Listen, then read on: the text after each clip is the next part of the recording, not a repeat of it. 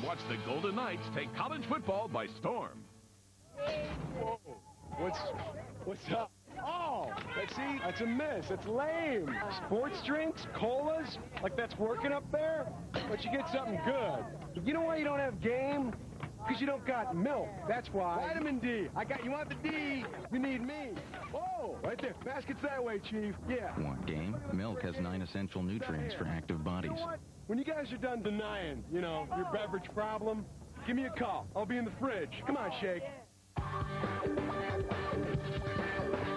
The power of the Fusion dominate the field in South Florida, making Miami the hottest spot in the ML. The Fusion shine. It's football time in Florida. The Gators are geared up for a new season. Steve Spurrier is 11th with the orange and blue. Senior quarterback Jesse Palmer will direct the Gator offense. Palmer held off 2 talented freshmen to win the starting job. The opening day opponent is Bill Lynch's Ball State Cardinals out of the Mid-American Conference. The Cardinals are led by junior Brian Kahn, who will certainly be challenged today by a talented Florida defense. It's the Gators and the Cardinals next.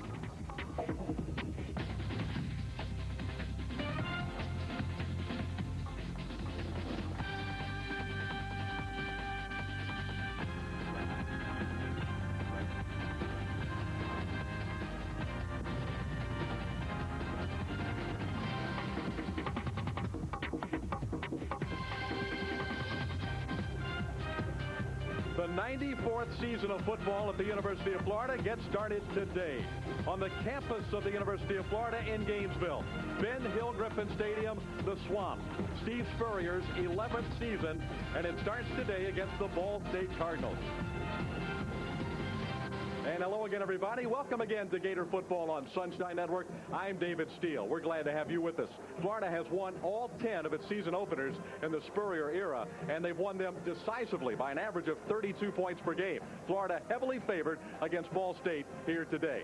Let's welcome my broadcast partner, Nat Moore, our 5th year together, my 19th season with the Gators. And Nat, of course, a great All-American at the University of Florida, former Miami Dolphin. It gets better every year, doesn't it? Oh, without a doubt. When you think about coming back to your alma mater and being able to enjoy Florida football the way they throw it around, that's fantastic. And no matter who the opposition, Nat, it's always great to see the season get started. Well, if you're a young guy, you're coming in, you're a freshman, here's your only opportunity probably to play the earlier ball games. If you're coming off injury, it gives the coaches a chance to look at some of those guys, get them back in the knack of things, get them ready for the SEC. All right, Nat, the Gators are ranked number 7 in the nation in the preseason. Very talented football team, but not without a few question marks. Well, the offensive line, without a doubt, is a question mark. There's good news and there's bad news. The good news is left tackle Mike Pearson has now been cleared. He had a head injury earlier during the year in July. Banged his head at the O'Connell Center parking lot, and the doctors have cleared him, and he practiced all week, and he should start tonight. The bad news is the offensive line. They've graduated 3 seniors. Zach Zadelis is still injured and has not come back yet. Kenyatta Walker also suspension. So the Gators will start 4 new players here tonight with Jurgensen, Hires, Moody, and Strange. And do not be surprised if we get a chance to look at some of the freshmen, as I said earlier, Shannon Snell and Max Stark. The Gators are trying to rebuild this offensive line, and they get a good test here tonight. A lot of talent there in the offensive line, but untested, inexperienced talent on the offensive line for the Florida Gators. Well, defensively, Florida might have the best ball club on that side of the football in the Spurrier era. For more on that, let's go to our 3rd man on the broadcast team, Larry Vittel. Thank you very much, Dave. And again, a pleasure to be working with you and Nat. Looking forward to what should be a great season of Florida Gator football here on Sunshine Network. The defensive front for the Florida Gators, and you start with number 13, and that is the lucky number for the Gators. Last year against Tennessee, Alex Brown took over the football game, had 5 sacks, and just wreaked havoc with the Vols. Against Georgia, Alex was also outstanding. Quincy Carter always knew where Alex was going to be. But in too many games like Florida State, Alex Brown was active but not all that productive. The Florida coaches have put down the challenge for Alex to be a better player game in and game out. Now, the other guy up front everyone knows is Gerard Warren. Big money. But defensive tackles coach Rod Broadway won't call him big money. He calls him penny. He says he hasn't earned the title of big money just yet. He'll try to earn that title over the course of the year 2000 here in a Gator uniform. We've got Florida and Ball State ready to kick it off, and we'll return after this timeout on Sunshine Network.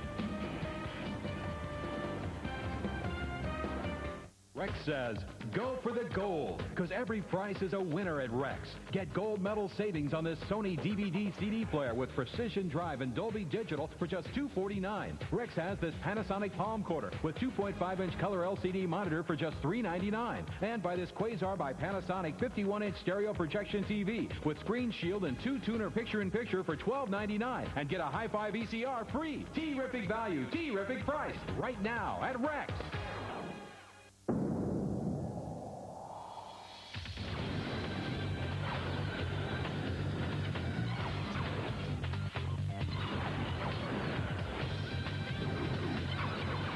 Until then, here's how you'll get your thrills. The Mercedes-Benz Coupes and Convertibles.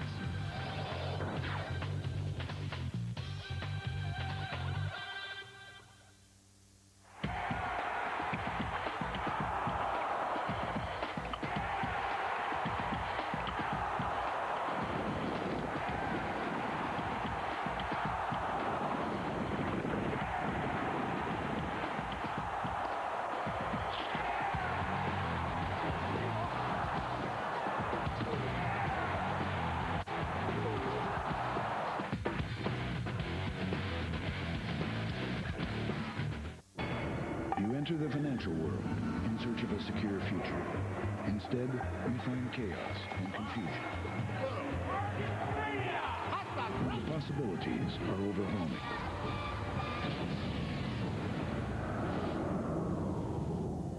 Fortunately, there is a beacon in this complex world. For comfort instead of confusion, come to the mountain called First Union. Or if you prefer, the mountain will come to you. This game is brought to you in part by Checkers, high-performance human fuel. And by Tico Peoples Gas. Run smart and save with energy conservation rebates from Peoples Gas. And we're back in the swamp, a capacity crowd set for the start of the 2000 college football season. The Gators selling out for the 66th consecutive time. And that man right there is one big reason why in the 1990s the Gators, one of the preeminent football teams in all of college football. And Spurrier, there you see his numbers with 102 victories as the head coach at Florida, the fastest coach to reach 100 victories in college football history. Got there quicker than anybody else. Bill Lynch in his 6th year as head coach at Ball State, with a record of 21 wins and 35 defeats at Ball State, coming off an 0-11 season last year in the Mid-American Conference, and obviously looking for better things this year. Nadmore. Well, you know, the one thing that I like about the Ball State program, David, is you look down their roster, they redshirt a lot of people. So even though this team might be a little young, you're talking about guys that's been around, they've had a chance to practice, and hopefully they've got their system under the belt. Well, it's going to be the largest crowd that Ball State has ever played in front of. They played at Wisconsin last year in front of about 75,000. They played at South Carolina 2 years ago before around 78,000. And, of course, Florida Field, Ben Hill Griffin Stadium, will put about 83,000 in the stadium today. Ball State won the toss. Nick Dunbar, one of the deep men, along with Sean Shembra. Very humid. We've had 2 blistering thunderstorms already today here in north central Florida. And for the moment, the rains are holding off. Florida fans chomping at the bit at the prospects of a new football season in Gainesville.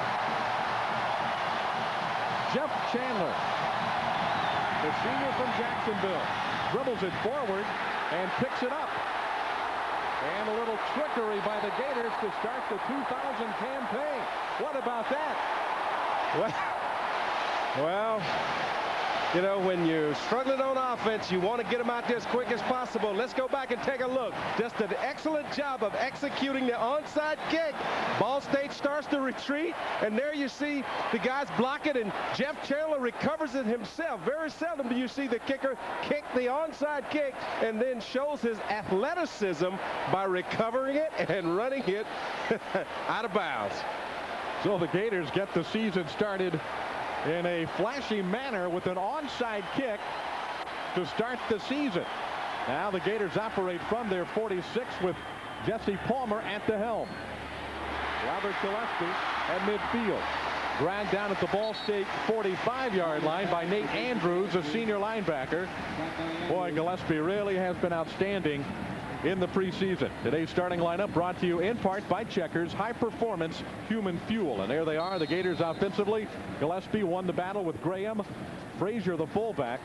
Willis, keep your eye on Willis Caldwell, the receivers for Florida. We'll see how that works out here early in the season. And the offensive line that Nat Moore already talked at great length about. A big question mark coming into today's game. Alex Willis pulls in the first pass of the season, and the Gators keep the chains moving very quickly. Ball State defensively. Trigg, Zachary, Rasun, Nguko, and Crable along the front four. The linebackers are Andrews, Shaka Johnson, one of the leading tacklers back from a year ago, Walker and Alsbury. And in the secondary, Steve Monson, Jade Winchell is the free safety. Jesse Avant, one of the cornerbacks.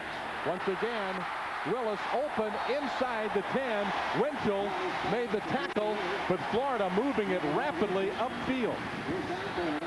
Well, one of the question marks coming into the ball game was Jesse Palmer ready to take the reins? Here you see another perfect pass to Alex Willis on a bow out from the slot position. Just perfect timing. Nice job of throwing and catching the football. Palmer is 3 for 3 on this drive, which started at the Gator 46-yard line. And almost too easy for the Gators, and Kurt Wells, the tight end, and a touchdown pass for Wells. His first career touchdown reception. But David, you have to understand that Ball State is in pure shock. You get hit with an onside kick, and then the Gators march down, as we see here. This is unbelievable. The fourth pass of the game, and it goes to the tight end. That's unheard of in a Steve Spurrier offense. Ball State was not ready for that. Florida tight ends really playing well in the preseason, and Chandler's extra point is no good, so that throws a little bit of a wet blanket over the situation, but the Gators still manage 6 points quickly in the swamp. We'll be back. Here's another look at the touchdown as we go back, and you see exactly what the quarterback sees as he sees Wells come wide open. All he has to do is get it up and over the linebacker for the touchdown. Excellent execution.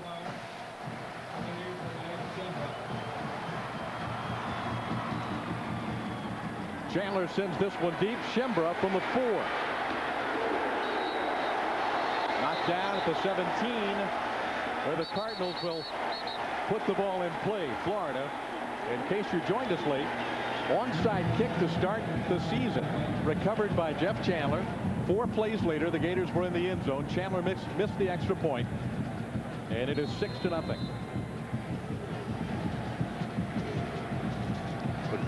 Quarterback is Brian Kahn, the junior from Elkhart, Indiana. He threw for 1,525 yards last year, played much of the season with an injured shoulder. And he gives to the tailback, Merriweather, managing a couple of yards on the play. Starting lineups brought to you in part by Checkers High Performance Human Fuel.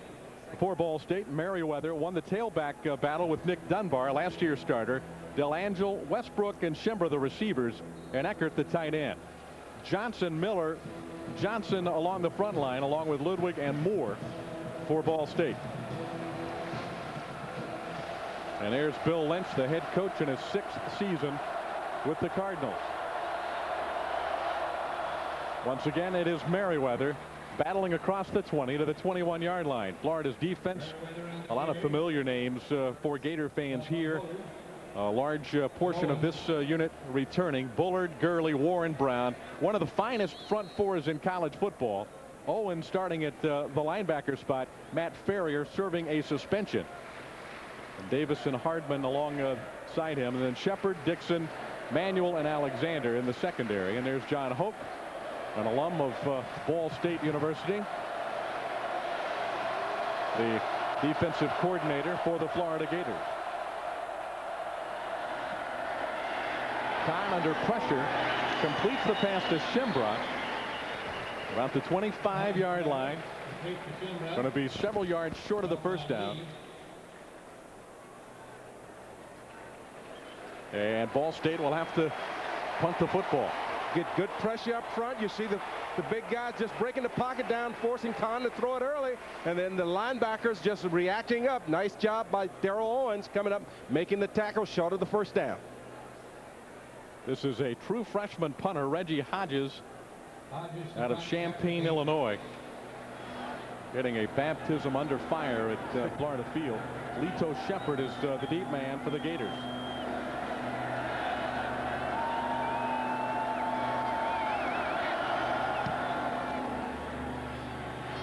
Nice high driving spiral. Shepard from the 26.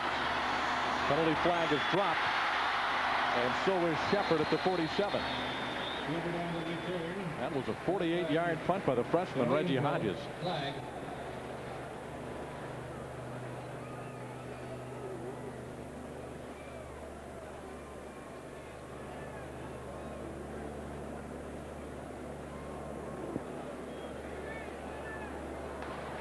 Face mask against the defense.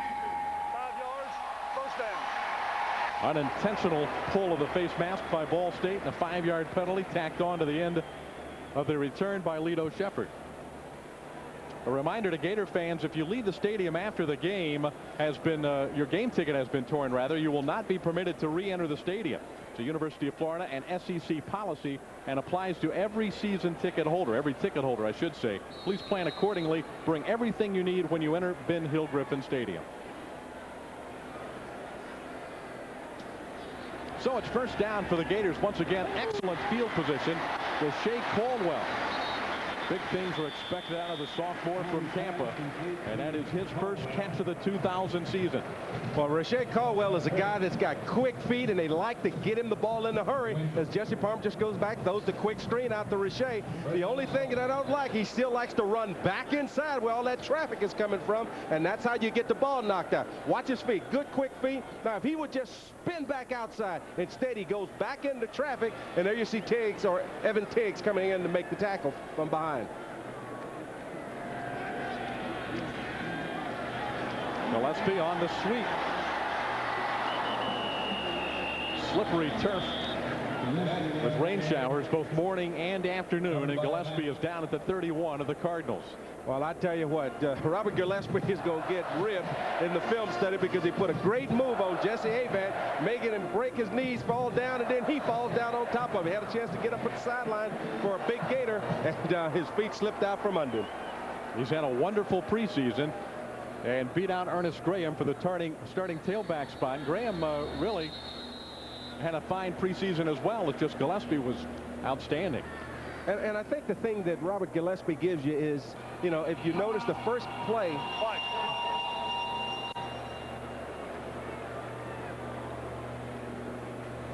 As I started to say, the first play, Jesse Palmer throws the ball to Robert Gillespie because he does a good job of catching the football as well as running with it. A better job than Ernest Graham.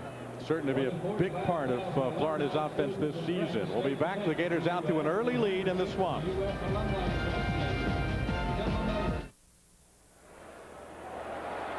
Back at Florida Field, Gillespie up the middle to the 14, and a first down for the Gators. And there we see the quick feet of Robert Gillespie as he goes up the middle before he's brought down by Jade Winchell. But nice job of reading the block of the offensive center, David Jurgensen, and the guards, picking his way down the field. Florida's offensive line doing a fine job in the first quarter. Once again, it's Gillespie, a gaping hole up the middle. Touchdown, Gillespie.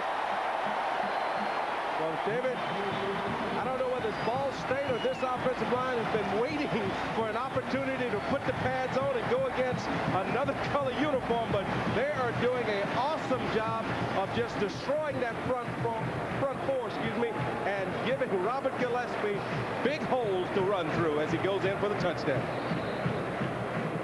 Gillespie, 13 career touchdowns now. And the junior from Hattiesburg, Mississippi, off to a great start tonight against Ball State. Chandler misfired on his extra point attempt early, so the Gators will go for 2, leading 12-0 in the first quarter.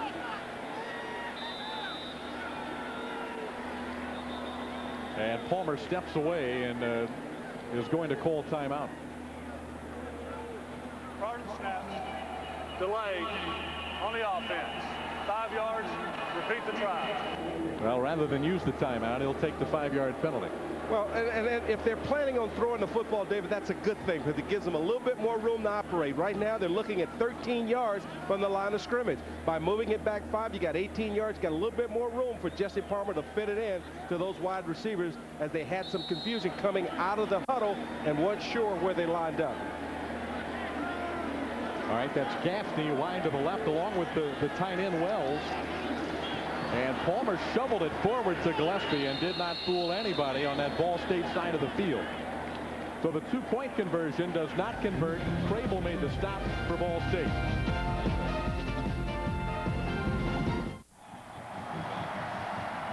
The Florida Gators out to a 12-0 lead over Ball State. 9:57 to play in the first quarter.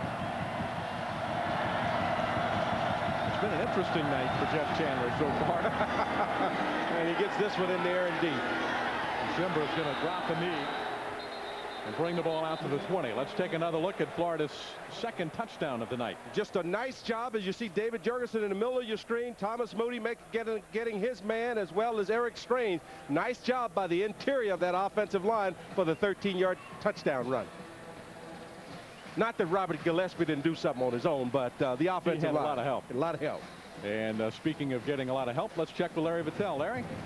Well, David, we're talking about the Florida offense. What's going to be different this year? We see the poise of Jesse Palmer. We also see the feel he has for throwing to running backs and tight ends. Kirk Wells may be as good a receiver as the Gators have. We've seen it already. Well, the Gators haven't had a tight end as a major part of their offense since Kirkpatrick back in the early 90s. The pass completed to Westbrook. And it will be good for a Ball State first down. Darrell Dixon, the free safety, the sophomore, made the tackle on Westbrook. Good size for this wide receiver, the junior out of Muncie, Indiana, home of Ball State University. So he's a hometown young man. At 6'3", 201 pounds, he's a big receiver going against a small DB and Lito Shepherd. So don't be surprised if Ball State try to take advantage of that mismatch size-wise. They give to the tailback again, and Marcus Merriweather bangs out a couple to the 39. Tackle made by Andre Davis, the junior linebacker.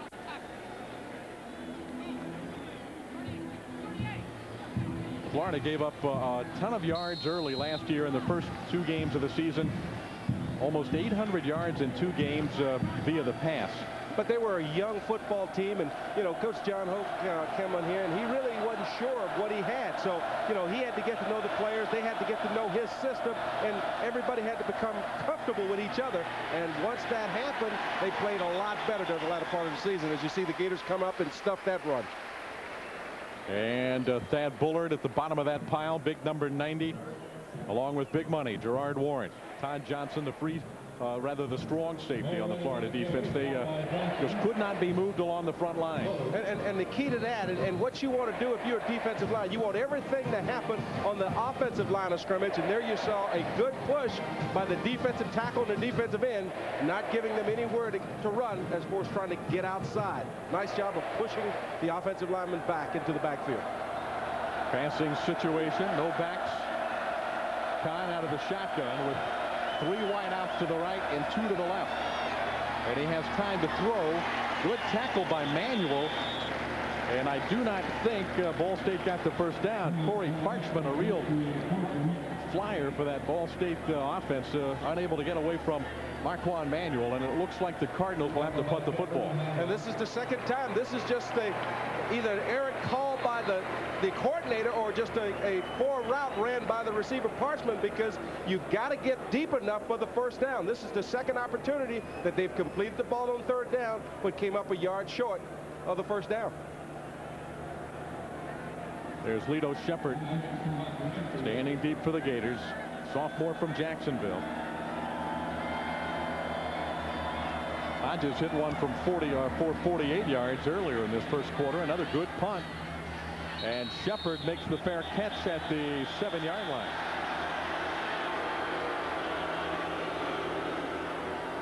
Okay, Shepherd.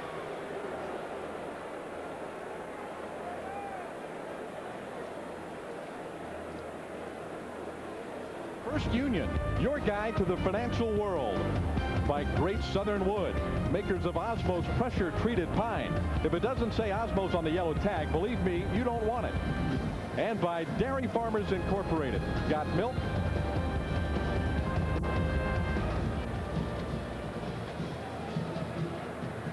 The Florida Gators 12, the Ball State Cardinals nothing. First quarter from Gainesville. Florida 2 possessions and 2 touchdowns. Operating from their own 8-yard line is a blitz. Palmer feeling the pressure for Caldwell. Incomplete.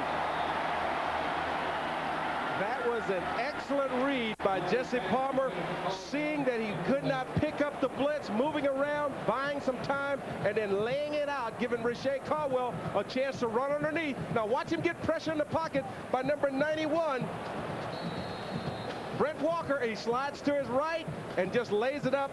Rashay Caldwell has a chance to make a big play here as he's got Shikaro Martin beat, and as he goes down, he comes out. Nice throw by Palmer. And this one bouncing around and incomplete. There is a flag drop. But 3 individuals had a chance to catch that football. 1 Gator and 2 Cardinals. It's called follow the bouncing ball.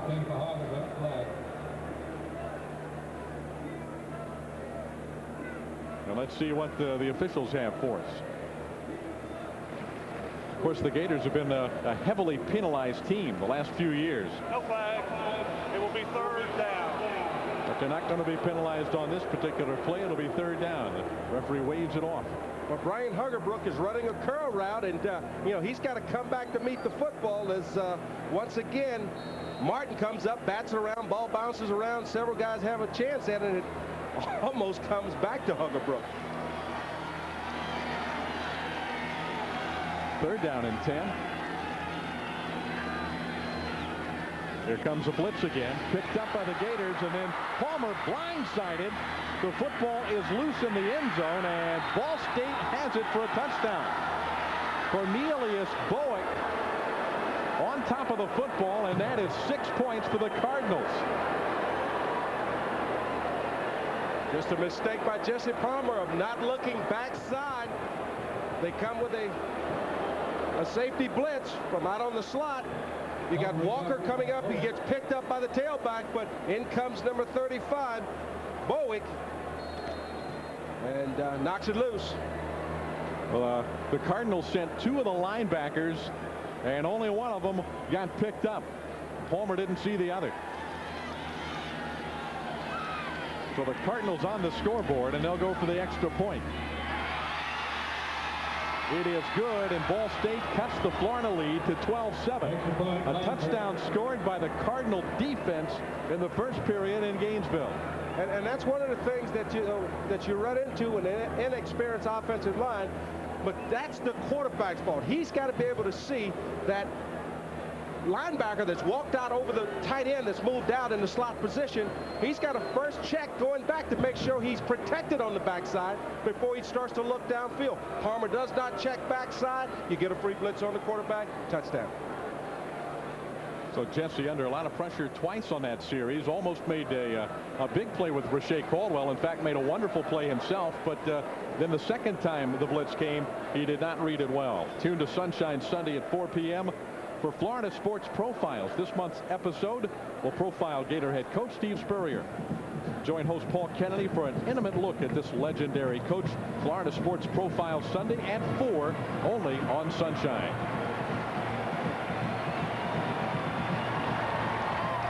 Van Neal Griffin Stadium got much quieter after the touchdown scored by Bill Lynch's Cardinals on a fumble by Jesse Palmer in the end zone. The Swamp has been a treacherous place for opposing teams. The Gators 57 wins and only 4 defeats at home in the 90s.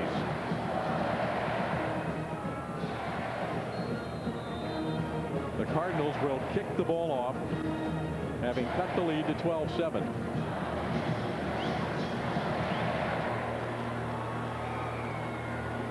Mike Langford, number 43, another true freshman, will do the honors for the kickoff team, and that is Lito Shepherd, joined by Bo Carroll, standing deep for the Florida Gators. And it will be Shepherd from the 5. Almost busted it big. Lito Shepherd dropped at the 30-yard line, a little bit shaken up on the play. Lito Shepherd grabs this ball and he has a nice wall in front of him, does a good job of reading the blocks, and as he goes to just hop through this block here, he gets his legs nicked and he comes down. Had plenty of running room if he was able to squirt through there.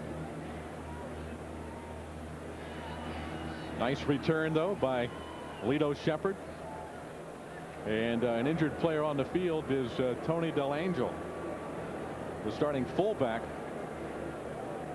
getting special team duty. That's one of the reasons you try and keep your starters off the special teams if at all possible. But Delangelo out there, and unfortunately for Ball State, he's shaken up. Well, for all the latest in Gator sports, get in the zone. That's GatorZone.com, the official website of the Florida Gators. Also, order all of your official licensed Gator merchandise online from the official Gator Sports Shop at GatorZone.com.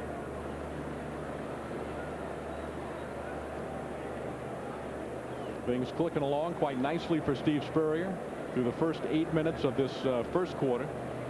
Suddenly field position turned in favor of Ball State. The Cardinals took advantage.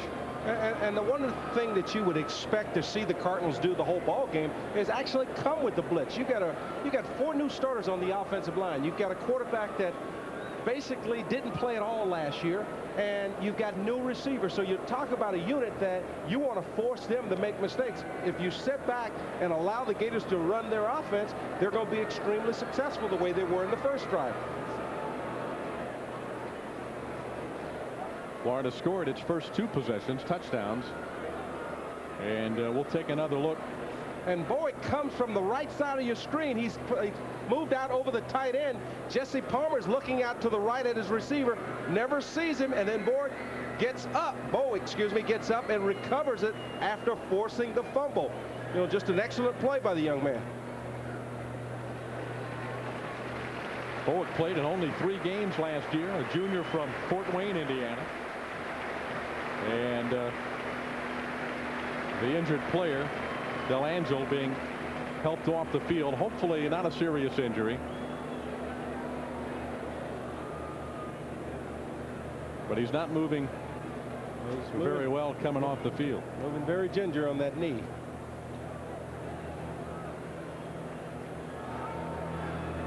Gator fans, tune in Sunday for exciting women's soccer action. The Gators take on the Bruins from UCLA. Sunshine will have all the action for you live beginning at 2 o'clock. Sunshine Network, first in Florida sports. Well, there's the man of the moment for the Ball State Cardinals, Cornelius Bowick, who recovered the fumble, actually forced the fumble and then recovered it. Just a heads-up play by the young man. He's on the ground, sees the ball bouncing around, scrambles to it, and comes up with a touchdown. We'll be telling folks in 40 years about that touchdown he scored at Florida Field against the Gators. Florida trying to run the ball, and Graham, his first carry of the season, goes for negative yardage. Crable makes the tackle for Ball State. Well, this is just a mismatch. Is at 6'4", 260, you've got Kurt Wells trying to block him, and it's just not going to happen. This guy's just too big, too strong, refuses to allow Graham to get outside. He just comes up and makes the play. Palmer throwing on second down. He has Caldwell open. And Caldwell holding on to that football at the 35-yard line. It'll be 3rd down and 5. Winchell made the stop for Ball State. Let's go back and take a look at the replay, and you see just a nice job of catching the football by Rashae Caldwell, tucking it away as they come in and try and strip it out. As you see Winchell coming in there trying to knock it loose. Must protect the football. Ball State trying to do a better job this year of forcing some turnovers. They were near the bottom of the NCAA in turnover margin last year. Graham, no place to run. He's stuffed, but there is a flag on the play. By Eddie George made the stop. Big number 99, a 6'2" junior from Valparaiso, Indiana. It's amazing, that old thing called momentum. One big play, and all of a sudden you see Ball State, they're fired up defensively, and they're coming after the Gators. Gators not able to move the football. Fortunately enough, I think they were offside.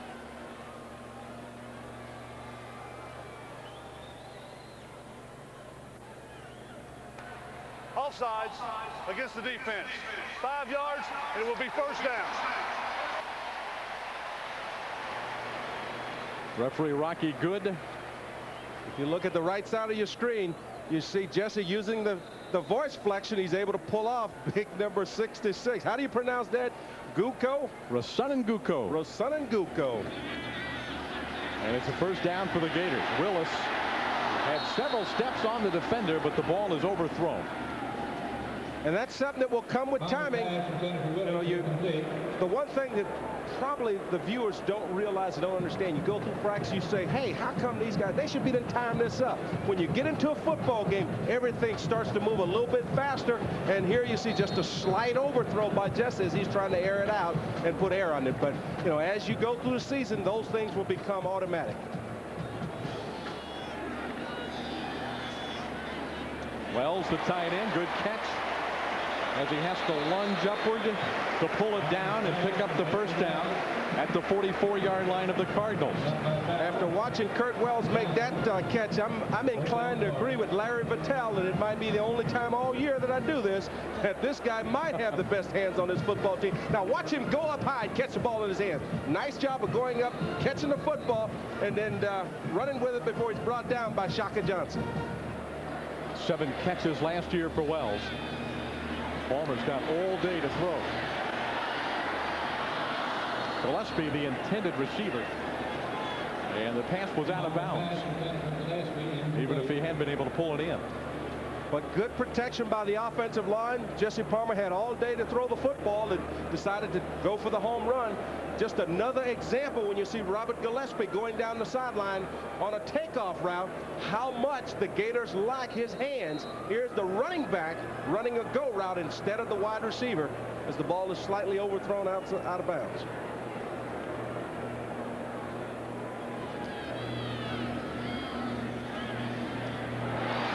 Catch, Taylor Jacobs, sophomore from Monticello. He was used some last year as a freshman, had 7 catches last year. Well, that was a nice catch there. Winchell covering. Here's another look at it. He's got Winchell on the coverage, but nice job pushing up. Now he knows he's running a square in, goes in, makes the grab in his hands. Not trying to body catch it, looking the ball into his hands, making sure of the grab. 1st down. Jacobs again to the 20, and should have another Florida 1st down. Jesse Avant made the stop on Taylor Jacobs. It's going to be interesting to see this receiving core and who breaks out. Well, they've got Alex Willis running a deep route, which drives the safety out of there, and nice job by Taylor Jacobs coming underneath, catching the football, turning upfield, getting the 1st down.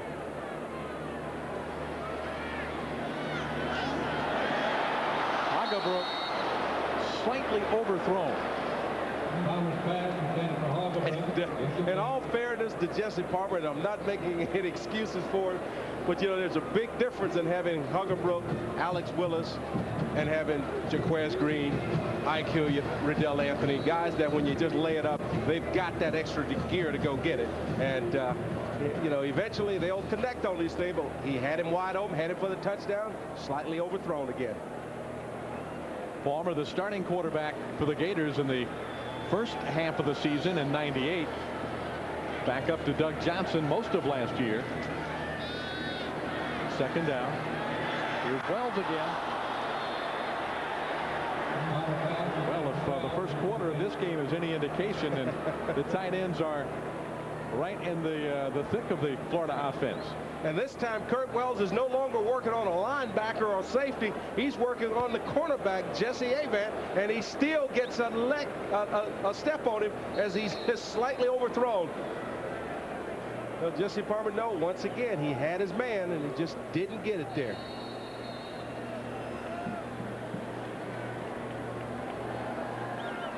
This drive, 9 plays long.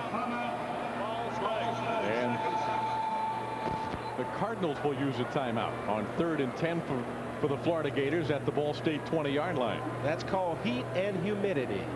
You know, they're a little winded, and the Gators throwing the ball all over the field. They said, Coach, not this humid in Muncie. Hey, not even close. Not even close. I said, Coach, you know, we need to take a little time out. You know, offense ain't going to be on the field anyway long, so we don't have to worry about it. We can use them on us. Give us a breather. Now, that's one of the things when you play against a team that throws the football, you know, as a defensive unit, you're running around covering all day, and gets a little tough.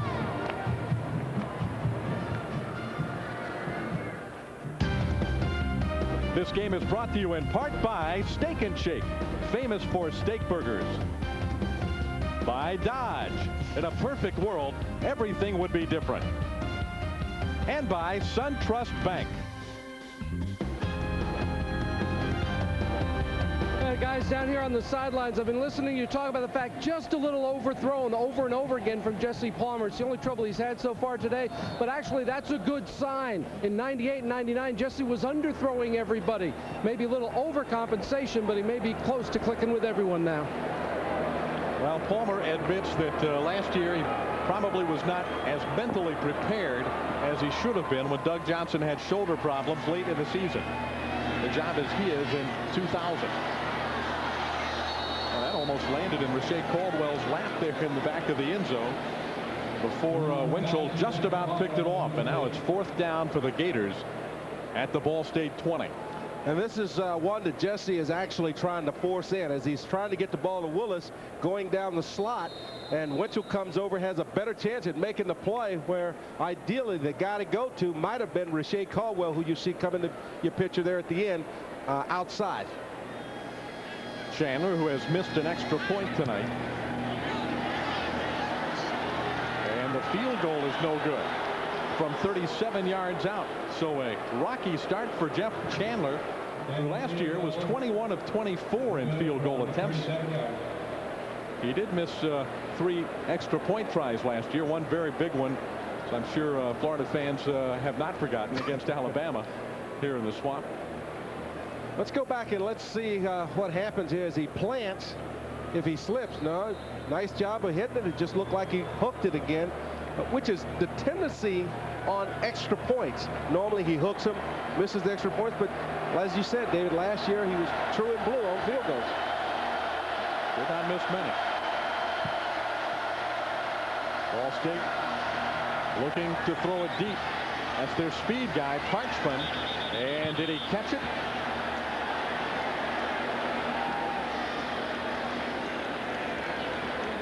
At midfield. And they're going to say it's incomplete. Boy, it was very close. Well, it looked like they were going to give him the catch, but even if they don't, it was just an excellent effort by Parchman as he's got Benny Alexander beat, and he makes the grab falling down. And what they're calling is that he never had possession of the football before he touched the sideline. Good call by the officials. And right in front of the Ball State bench, and no argument from the coaching staff over there. So clearly a good call. Ian Scott, number 97, is checked in, a true freshman from Gainesville at the nose tackle position for Florida. As the Gator front four with help from the strong safety, Todd Johnson and company, stuffing the run. That's big number 97, Ian Scott, 6'2", almost 300 pounds, out of Gainesville High School. And if the Gators are going to be tough defensively, this will be the reason. That front four, as you see, great penetration. Nice job by Todd Johnson of reading the play, getting across the line of scrimmage, turning it back in.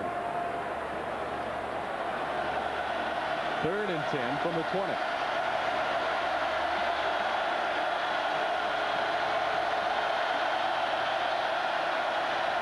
Hands off to the tailback Dunbar, and he's stuffed behind the line of scrimmage.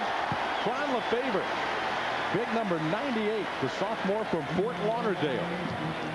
Out of Dillard High School. Just an excellent job of getting across the line of scrimmage, beating your block. What block? I don't think there was a block. I mean, he was in the backfield as fast as the running back got the football. Both he and big number 97, Ian Scott. And Gerard Warren was right there also. So it's 4th down for the Cardinals. Shepard back to return the Hodges punt.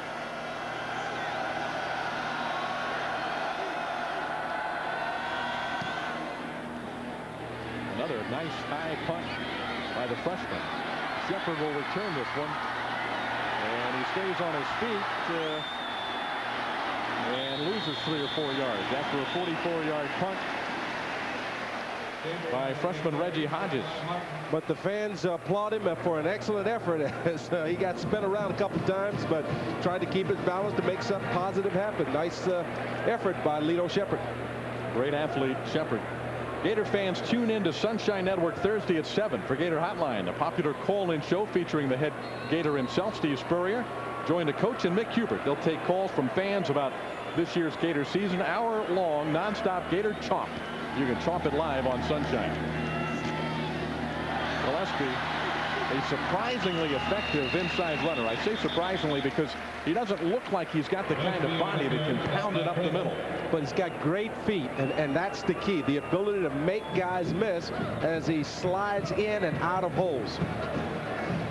Here's another look at the offensive line doing their work. Thomas Moody getting some push. Now watch Gillespie tuck in behind. Now sprints back out to the right.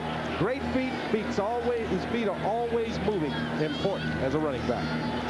This time he'll sweep it to the left, but then cut back to the inside. A nice cut by Robert Gillespie. Shaka Johnson. Well, made the tackle. I think if we go back and look at it, Shaka Johnson actually had a whiff as Gillespie puts on a nice move. Watch the spin. Nothing but air. Talk about a young man with great feet. Johnson grabbed him by the shoelace. Gators first down at the 44-yard line of Ball State. Going for the home run.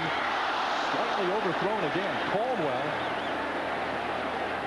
could not quite get underneath it. So close. But again, it's incomplete. Well, once again, it's right off the fingertips. But what you like to see Jesse do is hang this thing up a little higher. Let the guys go get it. That way it gives them a chance, if necessary, to lay out. That ball there had a little too much of a line on it. But you have to like Steve Spurrier. They continue to throw it deep. They're going to work on it here today. Palmer completed his first 5 passes today, but he's missed on his last 4. Now Willis at the 39, a gain of about 5. Alex Willis, the most experienced wide receiver, returning to the football team. Bell made the tackle. This is Jesse wants to go downfield. It's not there. He comes off to a secondary receiver. Alex Willis goes up high, makes the catch before the tackle for a short gain. 3rd down. Gillespie has the first down. He butts heads over there with Doug Owusu. And George had him around the ankles. So a 1st and 10 for the Gators. Gillespie putting up nice numbers early as we approach the end of the first quarter at Florida Field.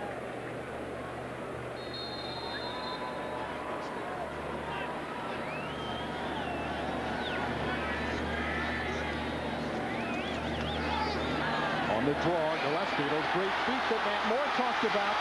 Gillespie to the 10, driven out of bounds at the 7-yard line. That was a beautiful change of direction. I mean, he's eventually brought down by Munson, but I sure hope we've got another shot of this. And watch the feet of Robert Gillespie as he starts to his left. Boop. Now, I don't think I'm going there. Cuts back behind good blocking and then just outruns Winchell before Munson is able to push him out of bounds. Now we know why he beat out Ernest Graham. A touchdown saving tackle by Steve Monson, and the Gators are first and goal inside the Ball State 10-yard line. Wells got tangled up there at the line, just beyond the line of scrimmage by Johnson. Well, that time Kurt Wells was double teamed by both Johnson and Andrews, and Jesse Palmer decided to just hang it up and give his big tight end a chance to go up and take it away, but wasn't able to do it.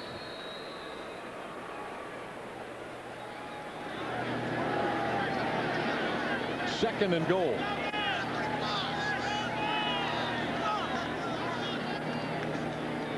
Gillespie inside the 5. Or rather, that is Bo Carroll, the third tailback to play here in the first quarter. Carroll trying to carry it in. And that is going to be the final play of the first period. Florida scored 2 touchdowns early. Ball State got a defensive score, and it's 12-7. Florida in the lead after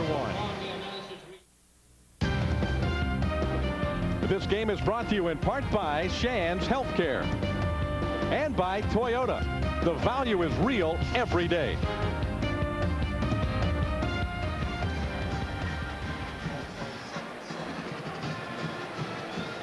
Second quarter begins as Albert tries to get the crowd going, and Gillespie gets the call. He stuck that football out, tried to cross the goal line with it, and it was stuck right back in his face by Jade Winchell.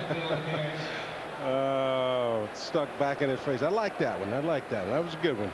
But another excellent effort by Robert Gillespie trying to get the football into the end zone as he twisted and turned and came very close to punching it in.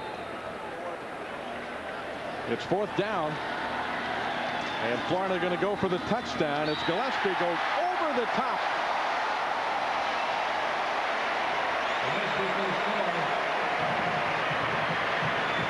Well, so far, David, the first quarter has been the Robert Gillespie show.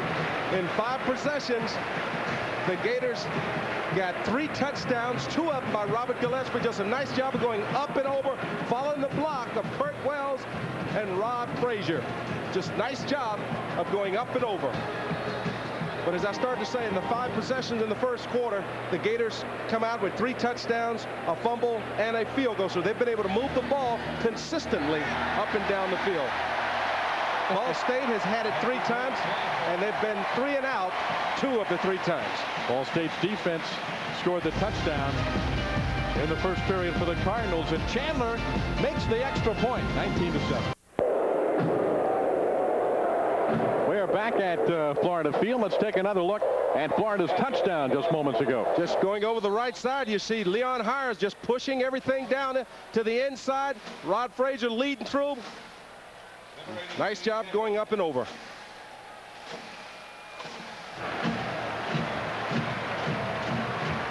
This is Kati from the 4. And the ball slipped loose. Florida got it.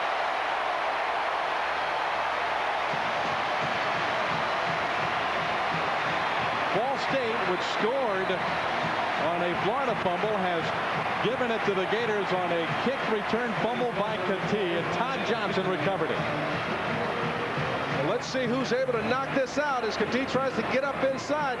It's Lito Shepherd, reaches in with the arm, pulls it out, and Todd Johnson gets on the bouncing football. Nice play by Lito Shepherd and the special teams. There's a good look at Todd Johnson. As wrestled the strong safety spot away from Marquand Manuel. Both of those players will get a lot of time, though, this year.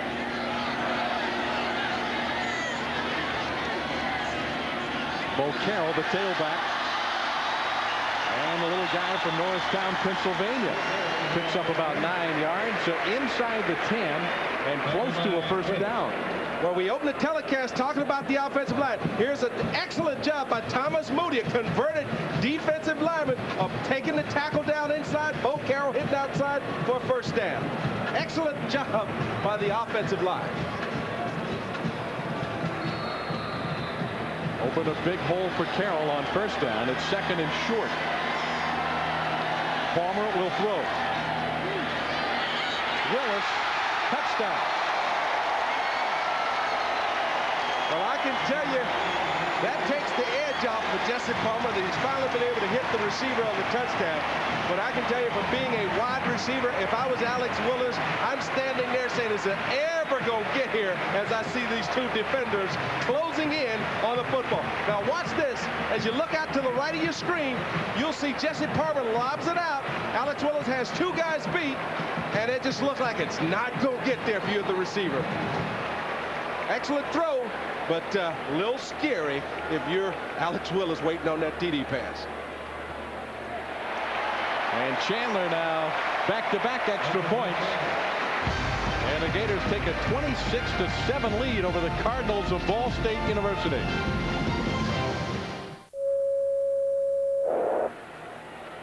Here's another look at the touchdown as we go back, and you see Jesse Palmer goes back. Nice job by the offensive line. Good clean pocket. He's able to step up and throw the football, as Alex Willis is able to beat number 16, Doug Owusu, for the touch. Willis caught 2 touchdown passes last year, and that was his 4th career touchdown pass. Chandler hammers this one deep, and Schimber downs it in the end zone. Let's go to the sideline and Larry Vittel. Well, David, Nat, when you saw what was going on for the Florida Gators, that quick 2-play drive, one thing that stood out to me on the left side of that offensive line, maybe the future of the Gator offensive line, number 77, Max Starks, number 72, or rather 75, Shannon Snell. 2 true freshmen who have been outstanding in preseason workouts, getting their first playing time, and hey, they ran left and gained 9 yards. Excellent protection on the touchdown throw. These 2 rookies can really play. Well, we'll keep an eye out. They'll undoubtedly get a lot more playing time this afternoon, and with the Gators moving out now to a sizable lead. They were going to play no matter what, but could get considerable playing time as the afternoon wears on. Nice catch as Kahn connects with Parchment, who laid his body out to grab that one. This is a good throw by Brian Kahn, and Parchment does a nice job, or a good job, shall I say, of going up, catching the football, as Westbrook jams and tries to rotate back, loses his balance, but just a good job of extending your body to make the catch. Parchment, they list in their media guide, he has a 40-inch vertical, and he went about 40 horizontally that time to stretch out and pull it in. From the Florida 37, Merriweather finds an opening for the first time today. And he is dropped in the secondary by Manuel and Norwood. There's a look at John Hoke as he is mixing in the first and second unit. You're seeing a lot of Gators get some playing time here today. Marcus Okenda had a shot at Johnson, had a shot at making the play and was not able to. And Merriweather picks up good yardage for the first down. John Hoke, a defensive back at Ball State in the 70s, going against his alma mater today. The Cardinals at the Gator 49. Bart is offside. A free play for Ball State. Merriweather stacked up at the line, so it'll be a 5-yard mark off against the Gators.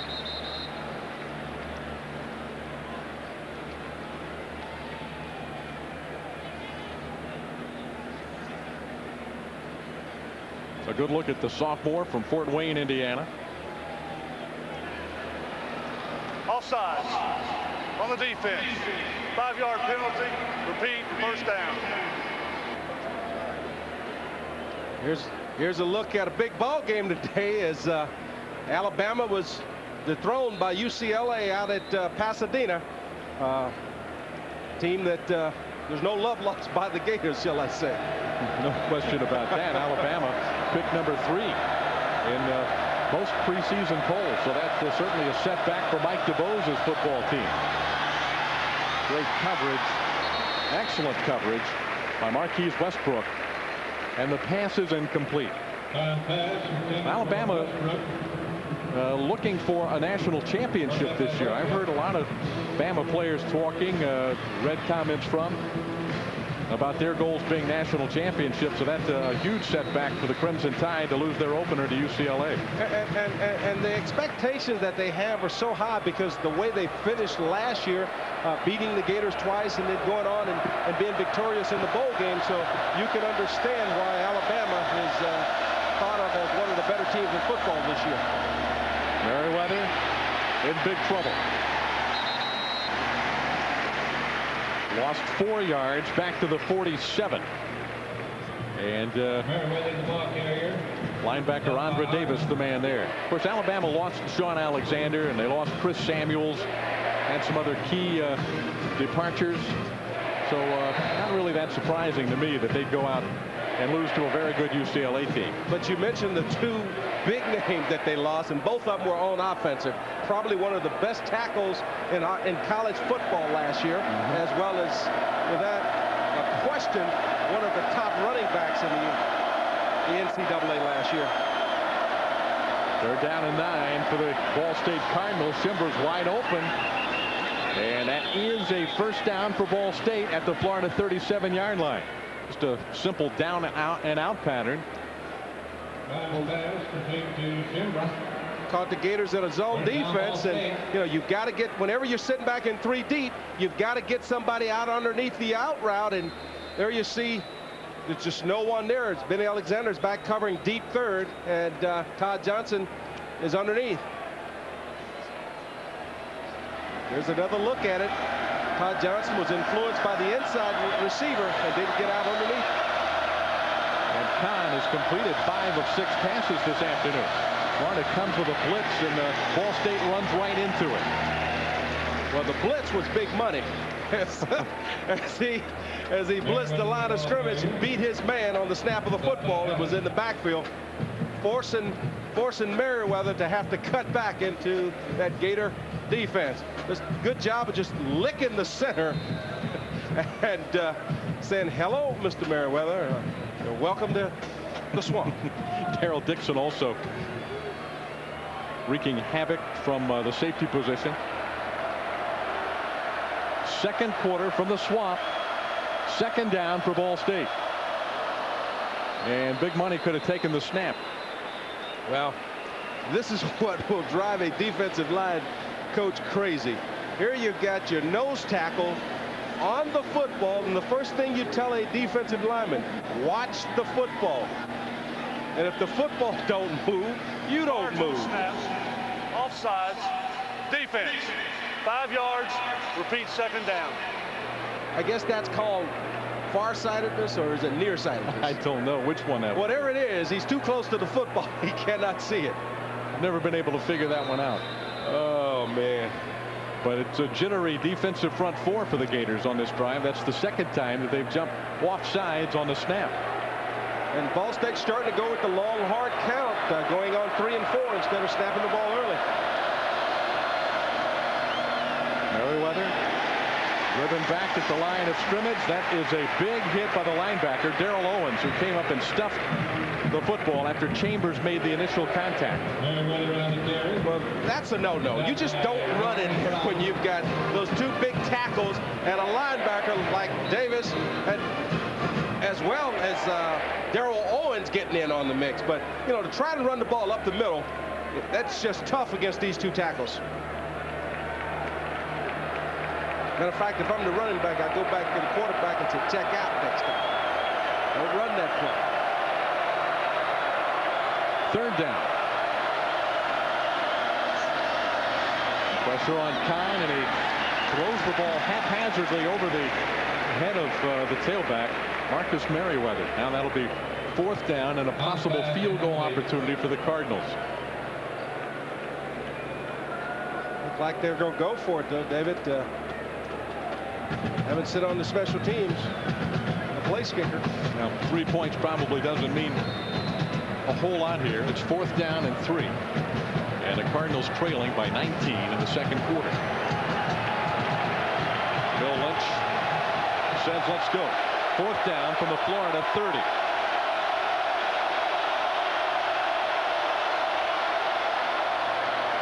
And a very safe play. Kati makes the catch, holds onto the football, and picks up the first down for Ball State. Pass complete to Kati. Benny Alexander had coverage. First down, Ball State. But nice execution by the Cardinals. Just a double slant route by taking the inside slot guy and having him run a slant route gives Kati a lot of room with no one in there to stop the slant route. When you've got Benny Alexander an outside technique, that's a gimme. And the quarterback Kahn laid it right in there. Bill Lynch's Cardinals continue to move the football, and if nothing else, they keep it out of the hands of Florida's offense. Merriweather driven to the ground. Andre Davis once again. He had 109 tackles last year. Davis, a junior from Live Oak, on the Butkus watch list for postseason awards. An outstanding linebacker. Big game last year against Alabama. Had 15 tackles against the Crimson Tide. Had a lot of big games for Florida last season.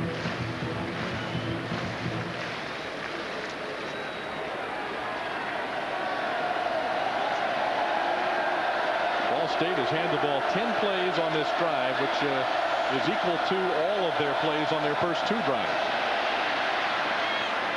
Kahn just throws that one away.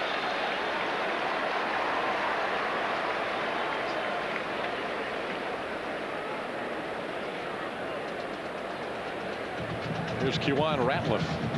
Young man moved from the wide receiver position in preseason. True freshman out of Columbus, Ohio. Getting some first half playing time here in the Swamp.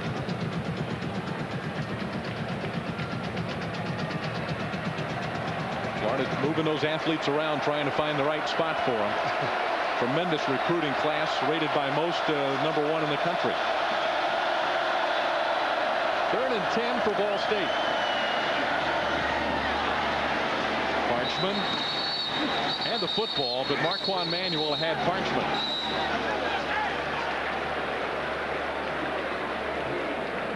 Marquand says, don't call anything on me. I'm just playing football. Yeah, but that's usually a sign of being guilty when you throw your hands up. There's the defensive line runs a little stunt, but good job of going up, catching the ball in his hand by Parchman. And Marquand refuses to turn loose. Here's another nice job by this offensive line of picking up a good stunt by the Gators, giving Kahn time to throw the football. This time, Ball State elects to go for the field goal. A 32-yarder. Mike Langford, and the freshman from Highland Park, Illinois, puts it between the uprights. A nice drive by Ball State. They cut the Florida lead to 26-10 in the second quarter. Well, Ball State's offense puts 3 points on the board. Their defense scored a touchdown in the first quarter, but they just put together an effective drive which started at their 20-yard line, moved the ball downfield against Florida's defense, and put 3 points on the scoreboard. And the Gators helped them with some timely penalties of being pulled offside.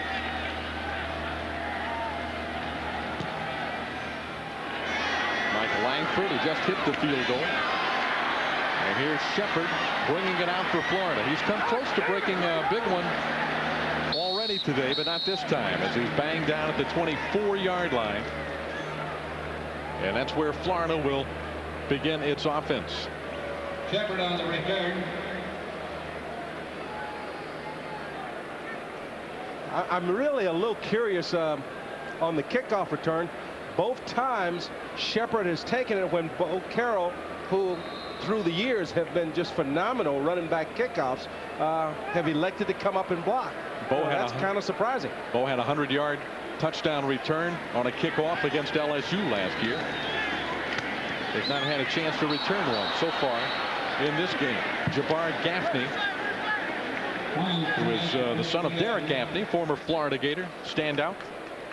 His first catch, redshirt freshman out of Jacksonville Rains High School.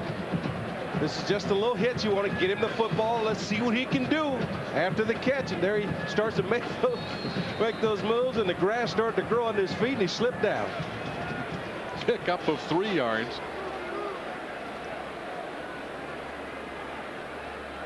Jesse Palmer drops to throw. Well, he was really trying to thread that ball in there, and Winchell had good coverage. Taylor Jacobs, the intended receiver.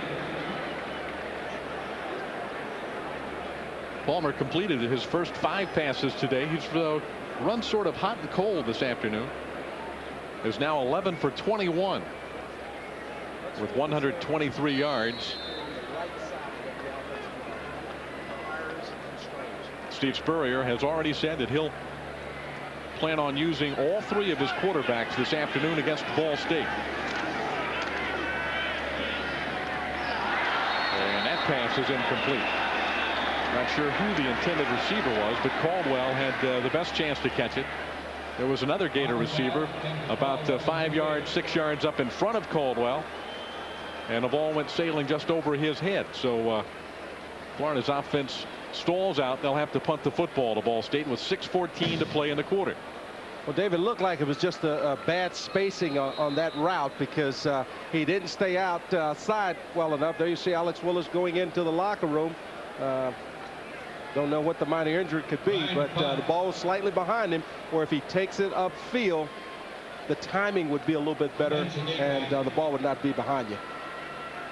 Here is Alan Ryan, the senior from Sebring.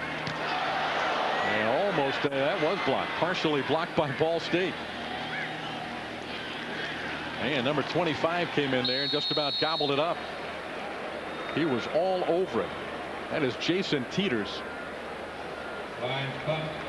Let's take another look. Ryan had no chance to get this one away cleanly. And I don't know if it was a low snap or he had problems handling it. Low snap, but he actually double steps there. He takes his time, and that's the reason that the ball is blocked. You know, Alan Ryan, one of the knock on him has been that he's a very slow and deliberate kicker, or should I say punter. Well, he won the punting job last year. That's his first effort of the 2000 season.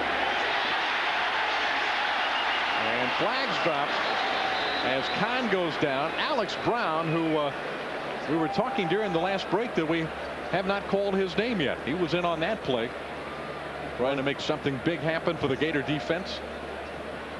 Well, he beats the big tackle, 5th-year senior Aaron Johnson, who's a good one, but comes up with a face mask penalty as he takes the quarterback Kahn down.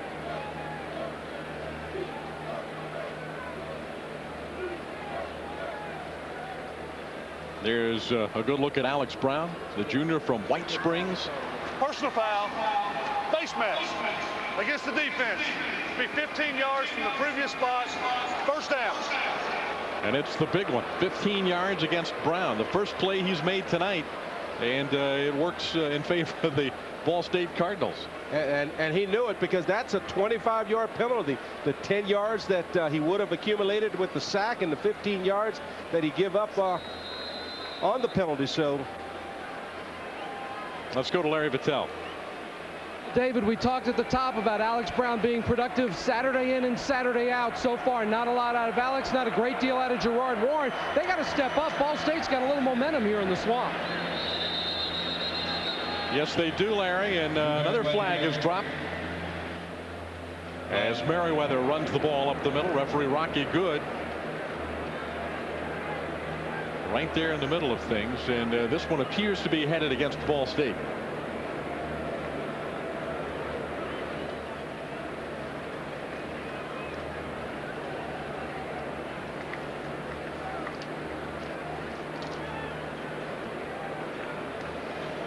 Holding against the offense. 10 yards from the spot of the foul. Repeat first down. If you look at your screen on the left side, right side of your screen, left side of the offensive line, you'll see where he just reaches out and tackles Big Money, Gerard Warren. And the umpire sitting right there sees it the whole way, throws the flag. It might be one of the reasons we haven't called Gerard's name a whole lot today. Well, if I was lining up against him, I would. If I couldn't block him, you got to hold him. You're holding him too. Yeah.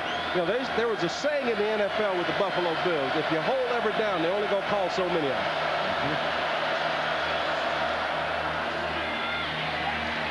Here's Teeters, the number 3 tailback, and he's trying to work his way free, but the Gators wrap him up at the 49-yard line. Buck Gurley was there to make the tackle on the little guy, only 5'7", 173 pounds, a hometown product out of Muncie, Indiana. They moved him from the cornerback position a couple of years ago, and he works behind Merriweather and Dunbar at the tailback spot for Ball State. A little jitterbug back, as you can see, got a little quickness as he's able to scamper outside, making it difficult for those big guys to get him down on the ground. Teeters, the lone setback behind Kahn on 2nd down from the 50. Parchman, the intended receiver. And it'll be 3rd down for Ball State. Daryl Dixon covering. Well, Daryl Dixon comes over late to make sure that Parchman doesn't make the catch, but pretty good job by the quarterback of forcing Parchman wide, pushing him out of bounds on the release, throwing off the timing of the route. Lito Shepherd, young man that wrestled away the starting job from Robert Cromartie. Yeah, Cromartie had 16 career starts coming into this season, and Shepherd, the starting cornerback for Florida tonight. On the draw, Teeters. Boy, a young man runs with some forward thrust, doesn't he? Andre Davis was there and took a big pop along with Marquise Westbrook. Well, at 5'7", 173 pounds, he didn't show any fear as he was coming up on those big defensive linebackers, and he just lowered his shoulder and tried to go forward. And Florida has used a timeout with 4 minutes, 11 seconds to play in the first half. The Gators broke on top after an onside kick to start the game, recovered by the kicker, Jeff Chandler. Florida marched right into the end zone, missed the extra point. That got things started. At the moment, it is 26-10. The Gators in the lead. Discover a hidden treasure and get a Gator Gold Card for only $50. You can have access to every regular season home volleyball match, Lady Gator basketball game, and gymnastics meet. It's nearly $100 in value for just $50. And to get your Gator Gold Card, you can stop by the Gator ticket office at Ben Hill Griffin Stadium, or you can call 800-34-GATOR for more information. Gator volleyball team winners earlier today against Wisconsin. Young team moving its record to 3-2 on the year. Nicole McCray, the MVP of the SunTrust Invitational Tournament. Congratulations to Mary Wise's Lady Gator volleyball team.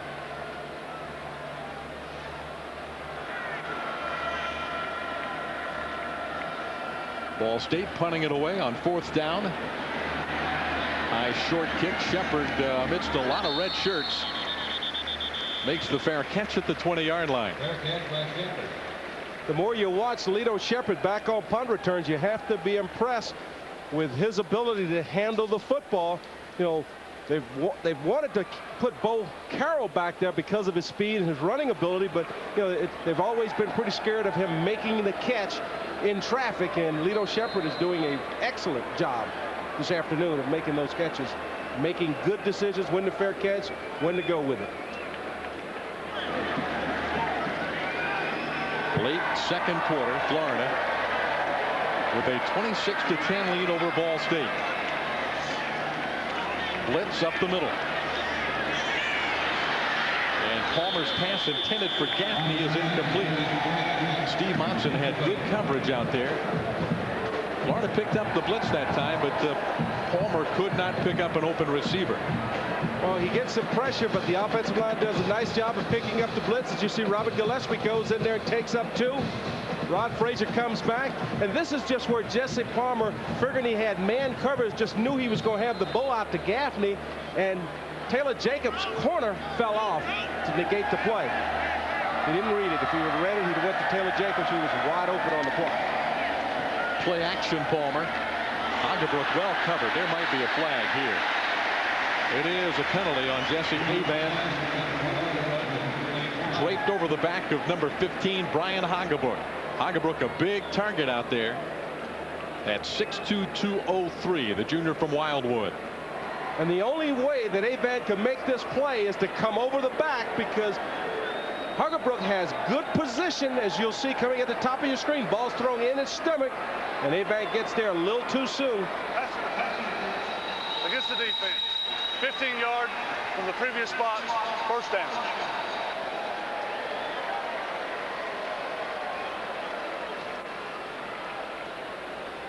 Jesse Palmer has thrown the ball 23 times in the first half. Normal. About right on target. That's normal. For Florida's offense. And the Gators would really like to punch this thing in, put some more points on the board to go in at halftime on a positive note. Again, the blitz is on, and the pass is caught.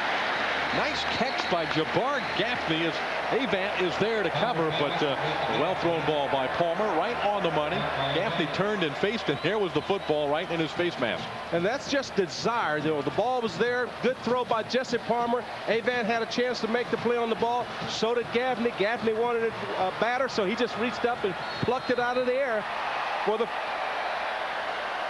reception. Almost the first down. A couple of yards short. Gillespie running to the short side of the field. He picks up the first down. A 5-yard carry up to midfield. Greg Pagnard, number 55, made the stop for Ball State. You know, the more and more you look at Robert Gillespie, going back to watching him when he was a freshman, one of the things that he showed as a freshman, that he was very impatient. Now you see him giving the block a chance to happen, staying behind his offensive line, and then eventually breaking out for the big run. Now that's a play we've seen Florida use offensively throughout the 90s with Steve Spurrier, with the blitz on, single coverage out in the flat, and a beautiful catch and throw by Jacobs and Palmer. As a quarterback, you just got to love this. Anytime you see the blitz coming, you know you got it picked up, and you got a one-on-one outside, you know, your receiver's got to win. And his young receivers look good today. Jacobs and Gaffney done an excellent job.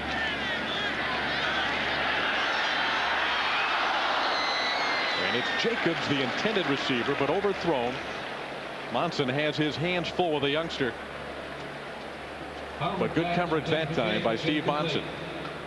And one of the things you'd like to see young receivers do when the ball is in there. Now watch how soon Jacobs puts his hands out. If he would just continue the run and at the last minute extend his hands, it doesn't slow him down. He got a better chance of making the catch. Sometimes you slow yourself down by extending your arms too quickly. Second down and 10 from the 37.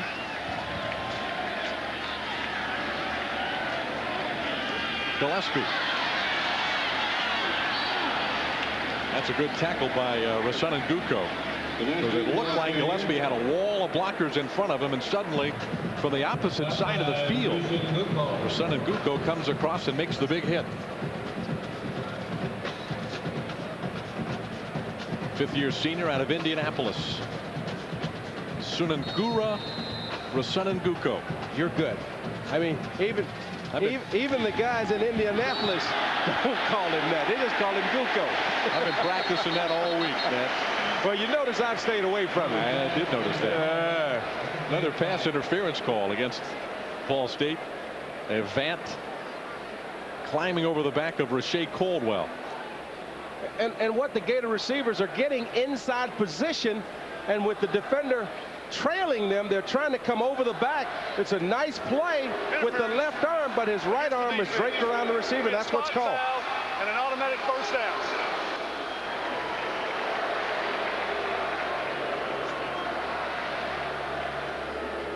So a first down for Steve Spurrier's offense at the 27 of Ball State. Well, the Gator offense really sputtered late in the season last year.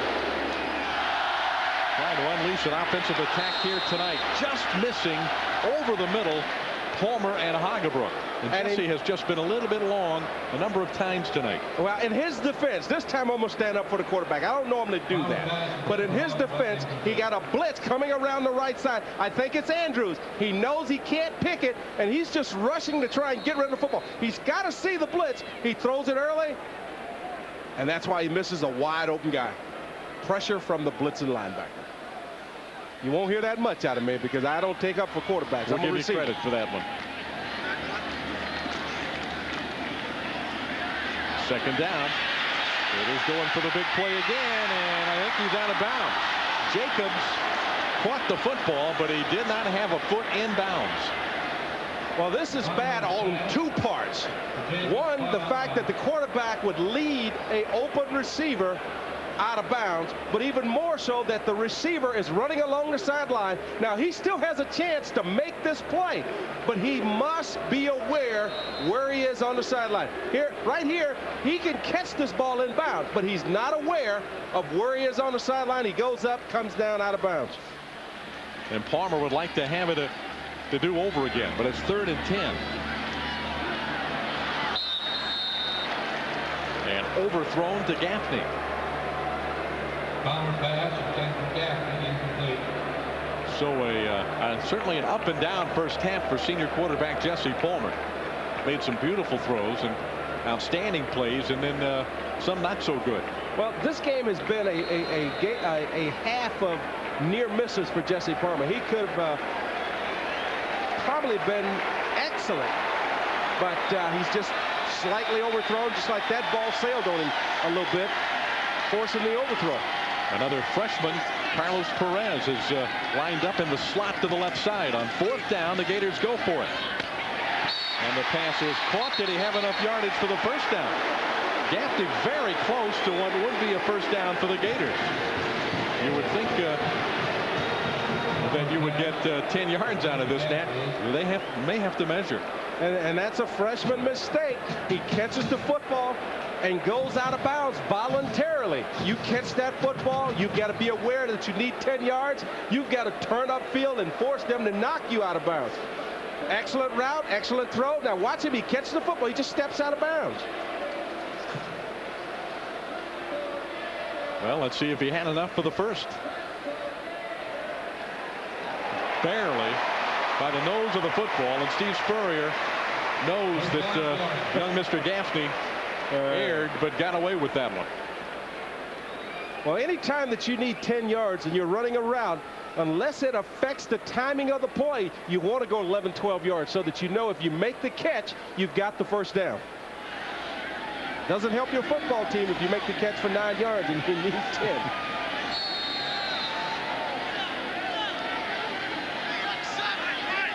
A minute 41 to play in the first half. Bo Carroll lining up behind Palmer. Jesse throwing for the end zone. And again overthrows Taylor Jacobs.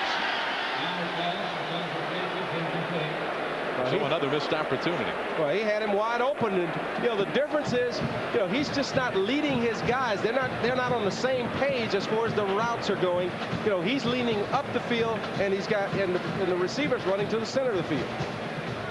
Coming up at halftime here on Sunshine Network, University of Florida report. Nat and I will have highlights and stats of the first half of this game. 26-10 Florida.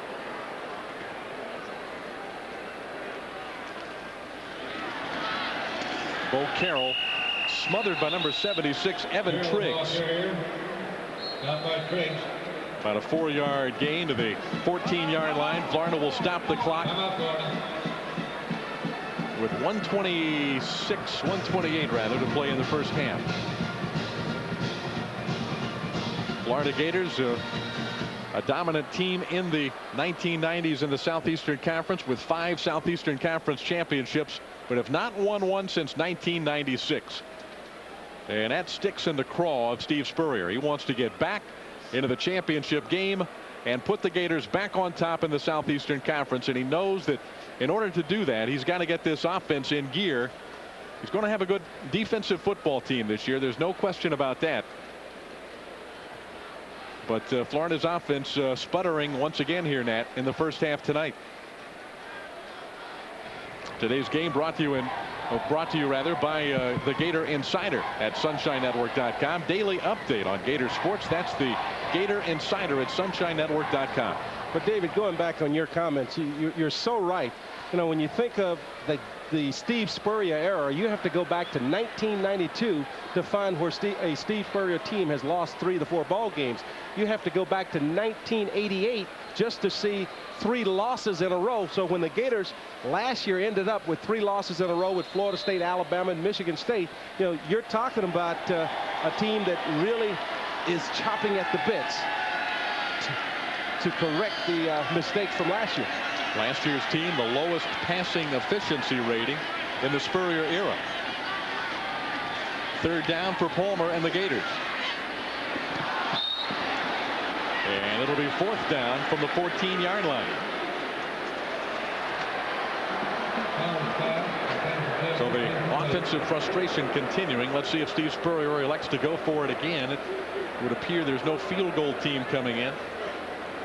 Well, I think Steve Spurrier is thinking toward the Tennessee game, and you know he wants to build some confidence in this offensive line, this offensive unit, by punching it in. So you can expect him to go for it. Oh, heavy traffic. The receiver Carlos Perez well covered, and Ball State will take the football. Well, Ball State dropped back into coverage that time. They didn't come with the blitz. Offensive line gave him time to throw the football, but there was just no one open going down the field. Here you see he's got plenty of time. There's no one open, and eventually he's got to get rid of the football, so he tries to force it into Perez, but he's double covered.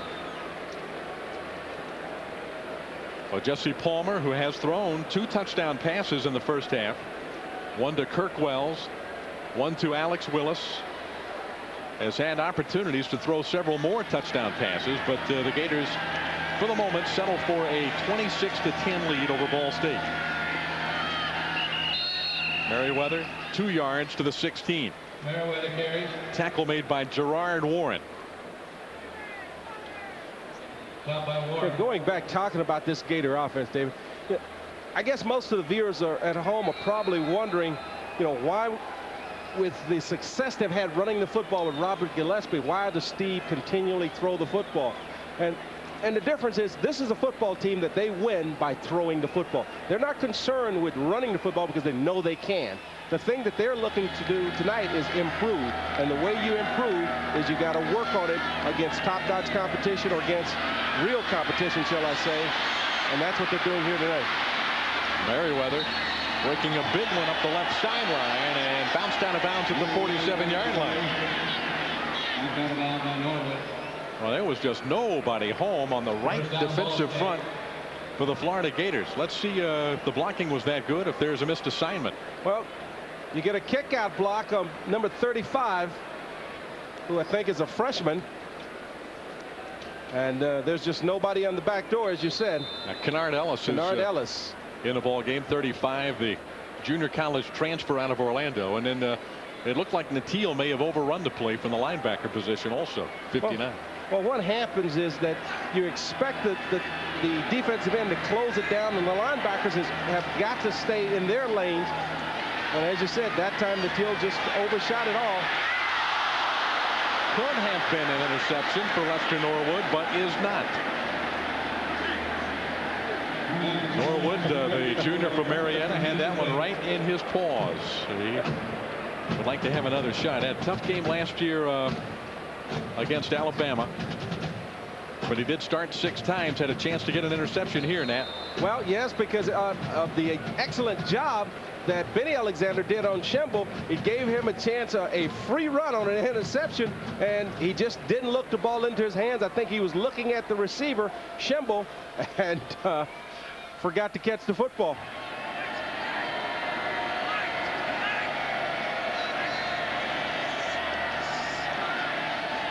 Kine gets rid of the ball quickly. Shimbra bounced out of bounds by Alexander at the 45-yard line of Florida.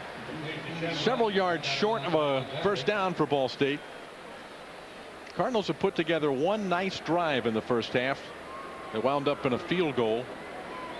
Their touchdown was scored by their defense, recovering a fumble, a Palmer fumble in the end zone.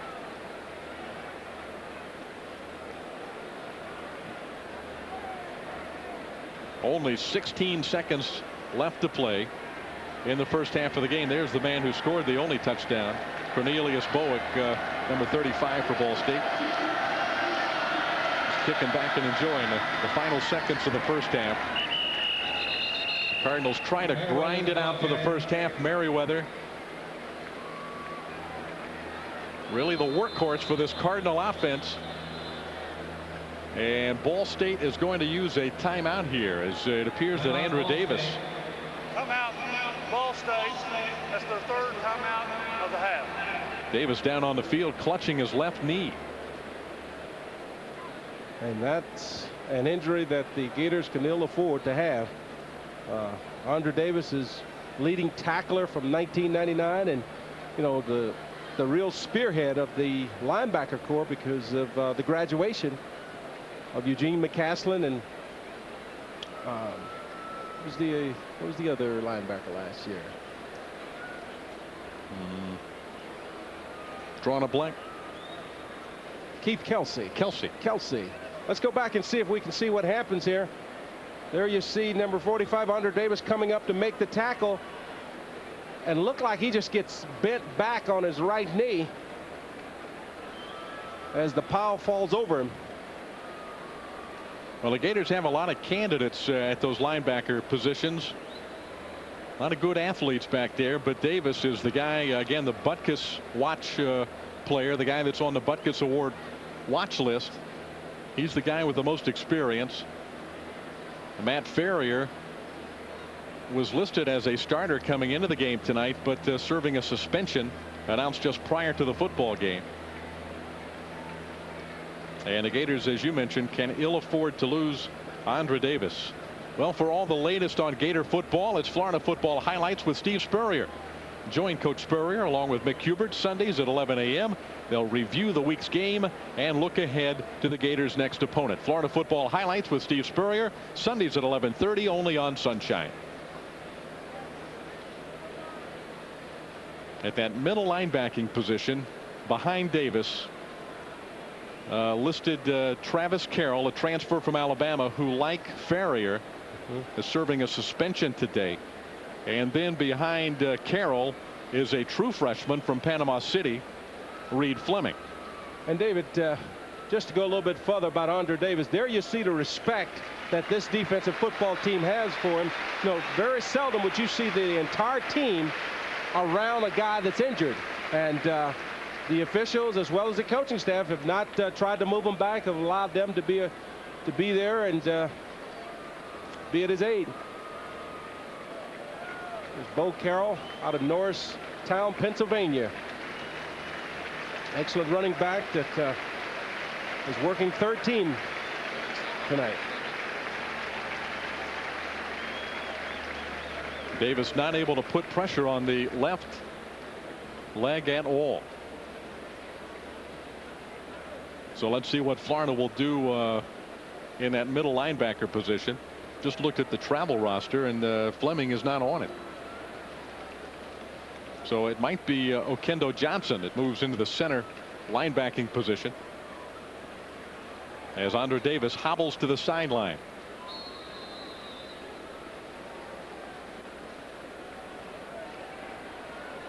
There's Marcus Okendo Johnson, the sophomore from Rockledge.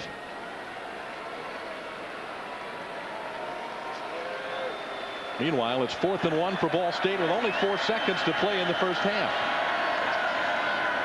And Kahn throwing for the end zone as everybody in the stadium expected. There's the interception. Lito Shepherd picks it off. And Shepherd down at the 41-yard line. An exciting conclusion to the first half of the football game, as Lito Shepherd gets his first career interception, the sophomore from Jacksonville. Florida scored 2 touchdowns early, Ball State scored its only touchdown on a defensive play, and the Gators have a commanding 26-10 lead at the end of the first half.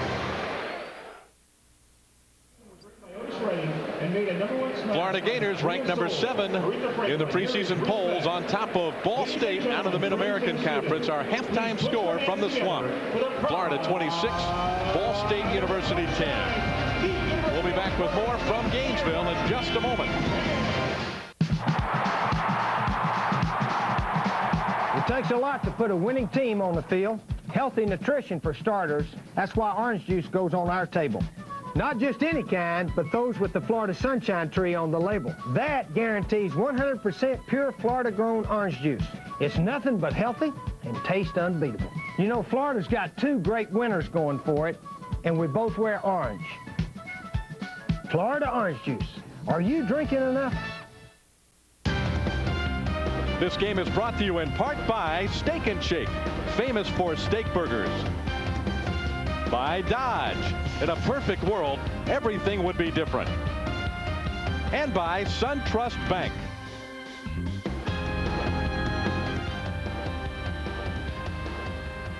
Florida leading Ball State at the end of the first half, 26-10. And we are just moments away from the start of the second half here at Ben Hill Griffin Stadium on a humid night in north central Florida. Let's take a quick look at some of the highlights from the first half, Nat Moore. Well, the Gators open the scoring as Jesse Palmer goes back. He looks for one of his favorite targets, Kurt Wells, as he beats Shaka Johnson going down the middle for an 8-yard touchdown pass. And then to show you that they can run it, they give it to Robert Gillespie as he follows the blocking of Doug Jurgensen. And then he beats free safety Doug Owusu to get into the end zone. And this is what Jesse Palmer's been waiting for all night, to get it in the hands of a receiver for a touchdown, as once again, number 16, Doug Owusu gets beat by Alex Willis for a 9-yard TD pass. Palmer throwing 2 touchdown passes in the first half. Started off hot, completed his first 5, but wound up below 50% for the first half. As we look at the first half statistics, 18 first downs for the Gators in the first half. Rushing yardage 96-71, passing yardage 165-70. The Gators roll up 265 yards in offense, Nat, but they're still, I'm sure, disappointed in their first half offense. Very disappointed because they had several opportunities to put more points on the board, but even more so, the most alarming thing is the 2 turnovers. If you want to be a good football team, you cannot turn the football over, as the Cardinals had the time of possession with controlling the clock with 16 minutes, almost 17 minutes of the half. Gators had several opportunities to hit big plays on the pass game and just could not connect. Palmer seemed to be just a little bit long with a number of his throws when he had receivers out and behind the Ball State defense. And that could be both a positive as well as a negative. You know, if you come in here and you take a team like Ball State and you hit on all cylinders, you just blow them out, well, you go back next week, you got nothing to work on. Well, the coaches got some things on film that they need to work on, the timing, maybe the delivery of the quarterback, the routes of the receiver. There's some reason that they're not hitting the big play, and it gives them something to work on next week. Jesse Palmer, starting quarterback to begin the season 2 years ago, backed up Doug Johnson last year. And with Johnson gone to the Atlanta Falcons in the NFL, the job is Palmer's to open the season tonight. And we talked with him earlier this week. He told us how excited he is to be the starting QB at the University of Florida. I'm just real excited, real confident, really excited, really anxious to kind of get the game going. But like I said, you need to stay focused and grounded and, under control. You need to be able to, rally the guys around and play within yourself and play with your teammates and really try to keep everybody focused and together and try to just execute as well as we can. And sometimes the execution was there, sometimes it was not in the first half. 26 points, 261 yards in offense, not too bad. Yeah, but the thing that you would like to see from your starting quarterback is where he completes over 50%, somewhere in the low 60s as far as the percentage of completions on the passing game, and he has not done that here tonight. Bo Carroll getting a chance to return a kick for the first time tonight, and look at Bo go up the sideline and out of bounds at the 35-yard line. And there we see the difference in Lito Sheppard and Bo Carroll. He has such tremendous speed that he can change direction. The wall is going to his left. He starts to his left. He says, oh, wait a minute, I don't like it over there. He changes direction, and watch the speed. This guy's an Olympic sprinter. And, you know, he shows you why as he takes the easy way out, steps out of bounds, you know, refused to take on the defender. He is an NCAA champion sprinter. What about John Capel? Congratulations to John Capel. Going to be a part of the U.S. Olympic team. Florida track star and football player from last year. Well, you know, David, I've heard so many comments about that race with Michael Johnson pulling up and Green pulling up. But unbelievable, wasn't it? I think they pulled up because they knew they were going to get their doors blown in. You and I thought the same thing. That's exactly what I thought when I watched it, because I think Capel had them both beat. They were worried about each other and forgot about John Capel and looked out there and said, whoa, wait a minute. You know, we're both going to get embarrassed. And I think they both pulled up because of that. Blitz comes from the outside, and Gillespie takes it inside, then cuts to the outside across the midfield stripe. Robert Gillespie. Well, he it just gets better and better. And a super job by Rob Frazier on the lead block. He gets a hat on number 24, Andrews. Now watch this block.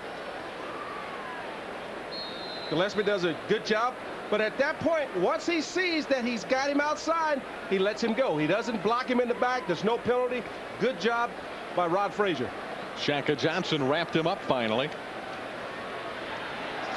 Gators going deep for Caldwell. And he makes the catch this time. So close on so many other occasions tonight.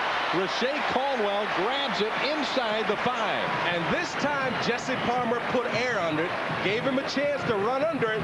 And this is one where Rashay Caldwell actually should have ran under it and scored a touchdown. But I think he starts to lose control of the football. Let's take a close look. Right here, you know, he's laying out. This is one where you catch and you stroll into the end zone. Nice job, nice throw by Jesse Palmer of putting air, allowing Rashay Caldwell to run underneath the football.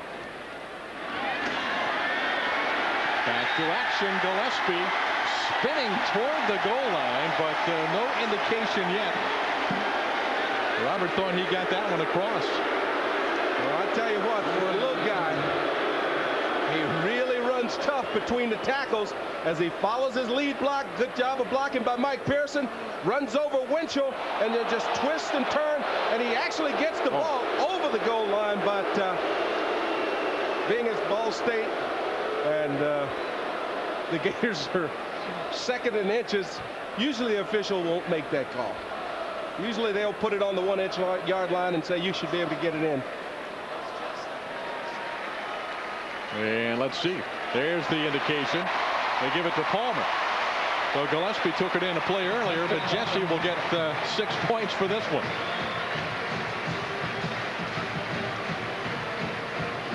Smiling Jesse Palmer. And this is what you like to see. Able to get movement with that offensive line where you could just quarterback sneak and get 2-3 yards into the end zone.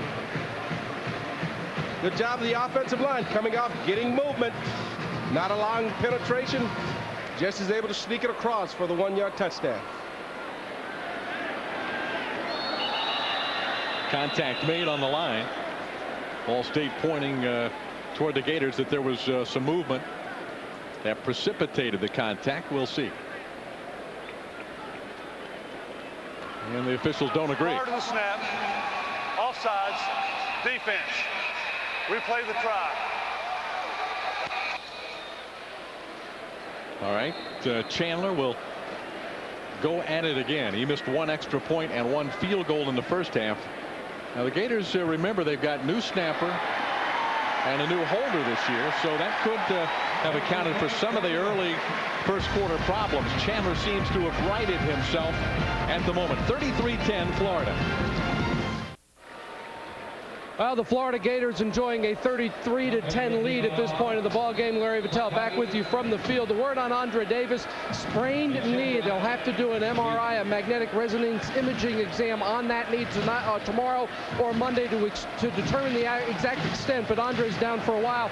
Also, Alex Willis, some stitches in his chin. He was out for much of the latter part of the second quarter. You may have noticed Alex wasn't part of the offense then. He just had some stitches put into his chin. He's okay. Alex Willis will be playing here in the second half. Thanks, Larry. Andre Davis, I think a lot of folks are going to be holding their breath until the results of that MRI are made public, because Davis, a very big part of the Florida defense. You saw the scoring drive, the big play, the Palmer to Caldwell 42-yard pass that set up the touchdown.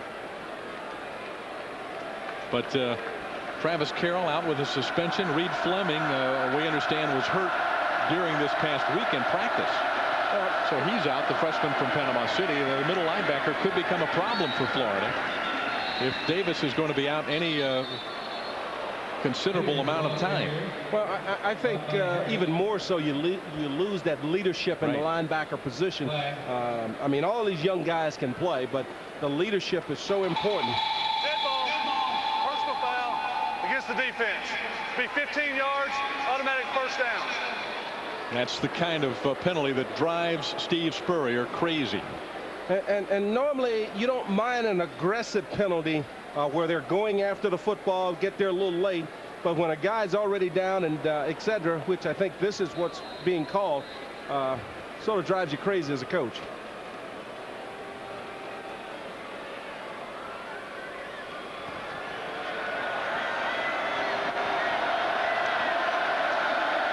First down for Ball State.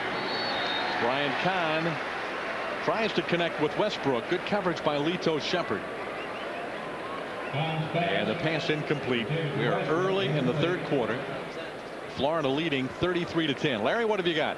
Well, I just want to talk a little bit about the Mike linebacker, the middle linebacker in the Florida defense. Darrell Owens, who's a senior from Jackson, Mississippi, has played that position in the past. He has moved into the middle linebacker spot. We're seeing Travis Harris, a true freshman out of Georgia, playing some of the weak side linebacker. Plus, the Gators may play more nickel and dime type coverages anyway, since Ball State doesn't run the ball well. All right, Harris, number 27, a freshman, true freshman, as Larry mentioned, out of Decatur, Georgia. Jason Teeters gets the call and picks up 5 yards to the 40-yard line. Well, this freshman class, we knew they were going to be called upon to fill some vital roles. 26 players signed. There's 78 Gators in uniform tonight, Nat, and 15 of them are true freshmen. And the beauty of it is, and when someone says the Gators had the #1 recruiting class of 2000, you know that those guys are expected to line up. Those guys are good enough as we take another look at the Gator defense coming up to make that stop. And freshman Harris was in on that tackle. Flag flies quickly.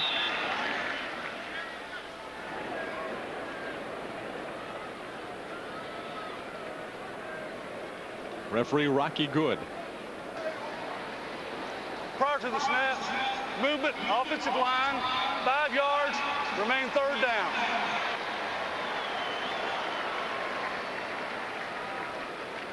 So a 5-yard penalty marks the ball back to the 36-yard line. Kahn has not thrown nearly as much as Jesse Palmer, but percentage-wise is over 50%.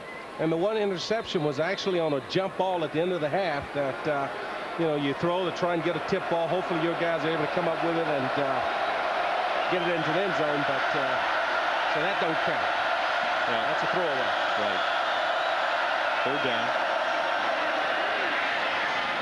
Felt some pressure, but got the pass away, and Shimbra has the first down to the 50-yard line. Sean Shimbra, the sophomore from Indianapolis, who had 10 receptions last year as a freshman, and has played well tonight. You got to like Kahn. He's standing up well under a lot of pressure. And what happens, they get good pass protection. The linebackers get a good deep drop. Shimbra comes underneath, able to catch the ball, turn upfield. This is just one occasion where the quarterback had so much time to throw the football, the linebackers dropped too deep and allowed Shimbra to catch the ball and turn upfield. Teeters totters across the 49 to the 48. And a gain of about a yard. Teeters, totter. That's a good one. That's exactly what he did. That's a good one. You know, speaking of Kahn, he threw 11 interceptions in the first 6 games last year, and then only 3 in their last 5. So he really settled down. He had shoulder problems, which really affected his effectiveness, his ability to throw downfield. And I think he's played very well tonight. Played exceptionally well when you think about the pressure and the lack of a running game because of this front four, as we see big money Gerard Warren breaking through, making the tackle on Teeter before he can get back to the line of scrimmage. This is just a power rush by Gerard Warren.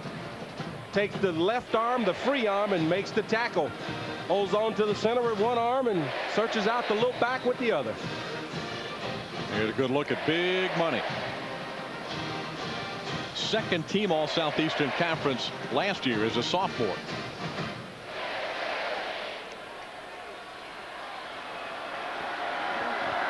This front four with Bullard and Gurley, Warren, Brown, backed up by a lot of talent as well. Could be among the best in the country. Kahn scrambling, and now he just heads for cover.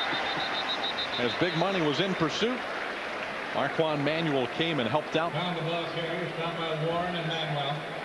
You know, and that's one of the things that probably we don't touch on enough is, you know, not just how quick and strong these big linemen are, but how fast they are. You'll see big money. Gerard Warren, he's double teamed. He's on a pass rush. Quarterback breaks out of the pocket. Now watch him turn on the speed, get in on the tackle. I mean, you know, for a big guy that weighs 303 pounds, that's picking him up and moving him.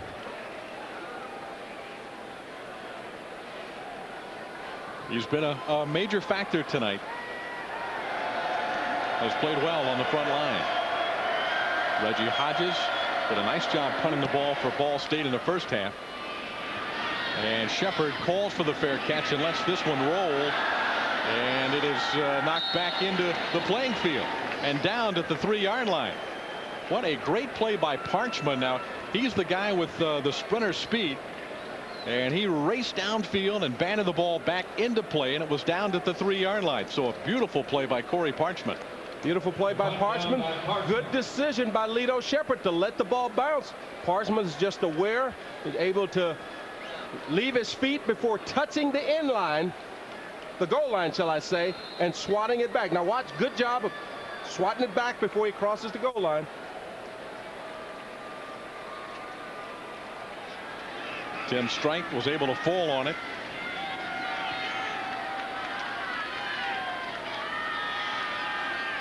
Kenyatta Walker now on the field for the Gators. One of the top, if not the top, offensive lineman on the Gator football team. Most experienced, certainly. And Kenyatta Walker was forced to sit out the first half because of a fight in the Michigan State game where he was kicked out and had to serve the second half of a game here tonight. And so I know he's got to be chopping at the bits to play. And there he is. He started 18 ball games in his career, but did not get the start tonight. Oh, that might be a safety. It is. Boy, the Gators, when backed up with poor field position twice tonight, fumbled in the end zone in the first quarter for a touchdown by Ball State. This time, Gillespie's tackled in the end zone for 2 points for the Cardinals. And this is just pressure coming right up the middle. And what Gillespie's got to do there, he can't dance around. He's got to try and get back to the line of scrimmage. Got to know that you're in the end line. You cannot back up. You've got to go forward. He stops his momentum, tries to hop outside, and he's tackled for safety. Give credit to Zachary and Evan Triggs. That's Triggs, number 76, Zachary, number 72. And 2 points for the Ball State Cardinals. So their defense has now scored 9 points for them. And one of the things that the Gators did on this drive was they put the second unit offensive line in, so they had some of those freshmen in there, Shannon Shell, Matt Starks, Tom Hilliard, David Curley and Kenyatta Walker. And, you know, that's a tough situation to put your second-team line in. Well, I think the most troubling thing about this whole deal for the Gators is the punt return. Lito Shepherd fair catches the first quarter punt at the 7-yard line. Poor field position. Probably should have let that one go. This time he probably makes the right decision. Makes the right decision. Just the ball hits and a great play by Ball State. But right. The punt return, maybe you got to give Ball State credit for their excellent punting. Yeah, you've got to give the punter some credit. You also got to give Parchman some credit for making the excellent play. But, you know, when you get backed up like this, one of the strengths of a good football team is the ability to push it out. Get a couple first downs before you have to punt it away, and that's up to that offensive line. That time it looked like a jailbreak on that particular play. And if you're not going to punch it out against Ball State at home, then what are you going to do at Neyland Stadium in 2 weeks? Here's Schembra from the 13-yard line. After the Ball State safety, the Cardinals bring the ball out to the 36-yard line.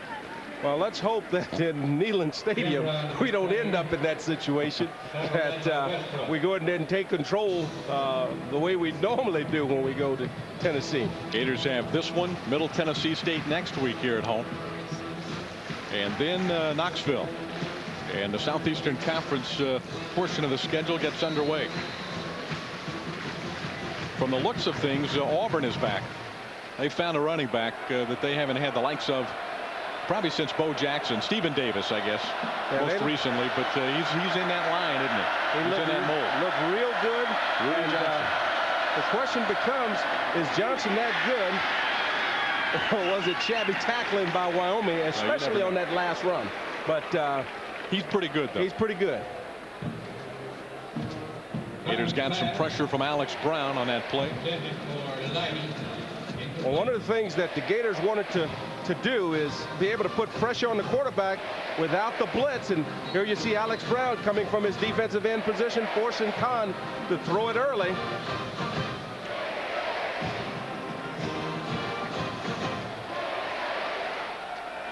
Brown, a preseason All-American, has been kept pretty much in check tonight by Ball State. Merriweather may have gotten back to the line of scrimmage, but that is about it. Once again, Gerard Warren able to beat his man off the football.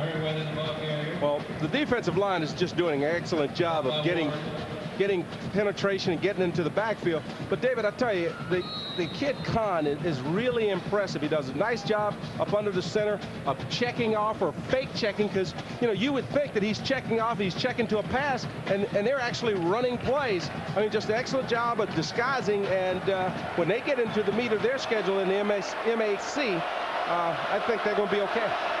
Well, they've come into this game tonight with a 17-game losing streak. Determined to turn that around, and they've performed well tonight here so far in this football game. There's still a lot of football to be played, and it could easily get out of hand, but so far they're down 33-12. Their defense has done some nice things. They forced a couple of Florida turnovers, and at times they've been able to move the football. But I think they came into this ball game working on the things that they need to do to get ready for the MAC conference. You know, they're not as concerned with the Gators, because you know, if you're down 23 points or you're down 21 points, it seems like you'd be throwing the football. But they're still running their normal offense with the idea that they want to get better to win their conference. For the first time tonight, Hodges shanks one off the side of his foot. It'll roll dead at the 17-yard line, where Florida takes control. A 40-yard punt nonetheless for the freshman, Reggie Hodges. 6 minutes, 14 seconds remaining in the third quarter. The Florida Gators favored by about 44, 45 points tonight. On top of Ball State, 33-12. Boy, Penn State off to a shaky start. Toledo out of the Mid-American Conference defeated them on Saturday. It looks like it will be a long season. Gators trying to throw deep again. And the pass falls incomplete. Taylor Jacobs, the intended receiver. Monson, a nice job of coverage. He ran step for step with Florida's speedy receiver. And what he did was he continued to push Taylor Jacobs wider than he wanted to be as Taylor Jacobs turned upfield on the takeoff route. When you can force that receiver wide, the quarterback's throwing the ball back inside, your job is done.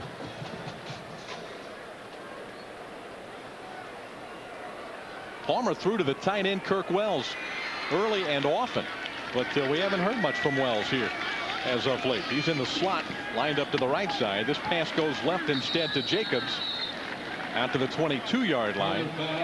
A gain of 5. It'll bring up 3rd down and 5 for the Gators as we move inside of 6 minutes to play in the 3rd quarter. Tackle made by Chikaro Martin, number 13, a junior from Fort Wayne.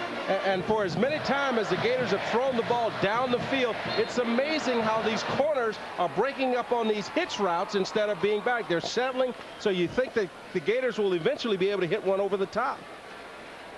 Well, they've tried a number of times tonight, connected with only one of them.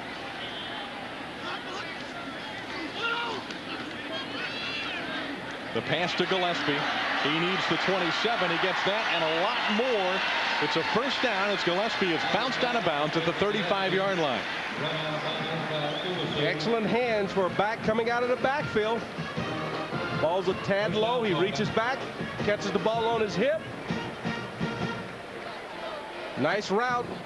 Just get him isolated on the linebacker, Shaka Johnson, and that's no contest. The free safety, Doug Owusu, drove him out of bounds, but a 1st and 10 for the Gators.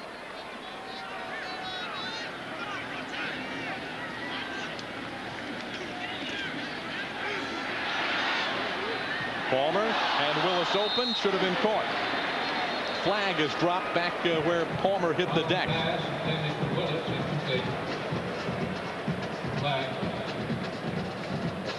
Might have a roughing the quarterback penalty here. I don't know, but I know he took a good shot just as he released the football and was very fortunate that the ball didn't get knocked loose. Shaka Johnson is the guy that hit him.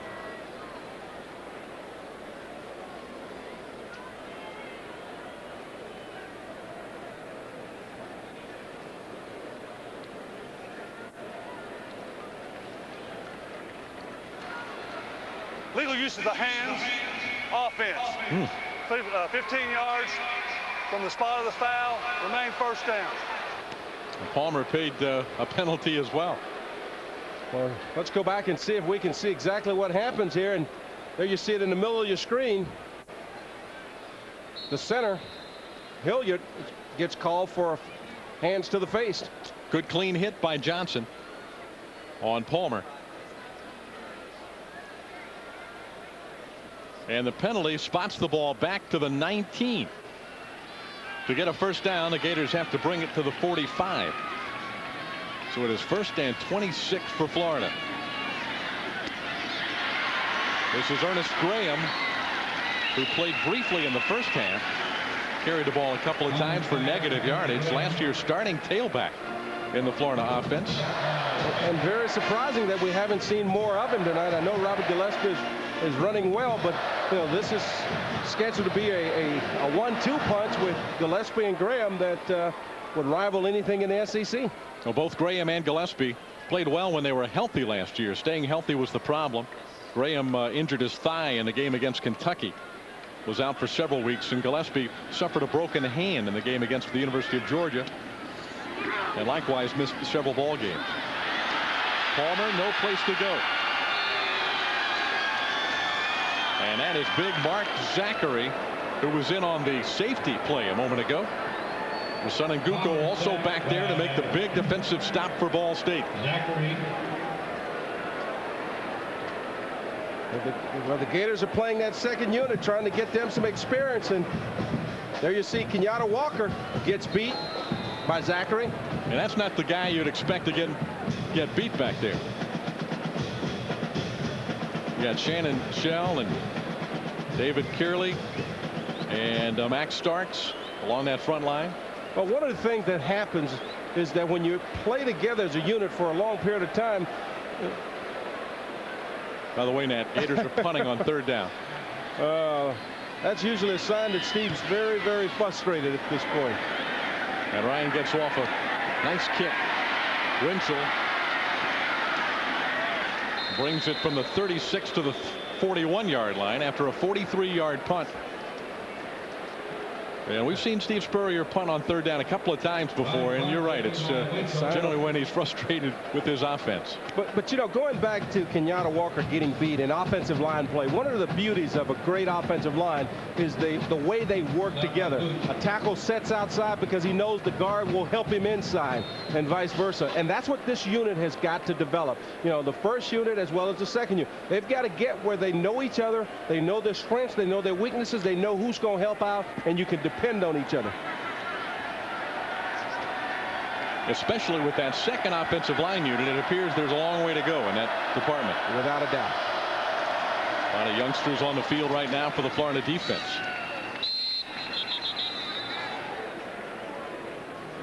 Number 7 in the ball game for the first time tonight. Anthony Jones, a junior, tailback out of Gary, Indiana.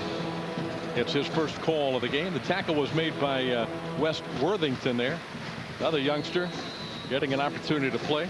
And Okendo Johnson came in to help clean up on that play.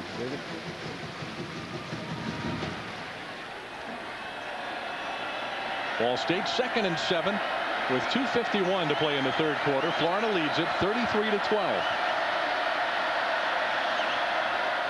Blitz up the middle. And Kahn finds his receiver. That's the coach's son, Billy Lynch. Across the 50-yard line, close to a first down for Ball State.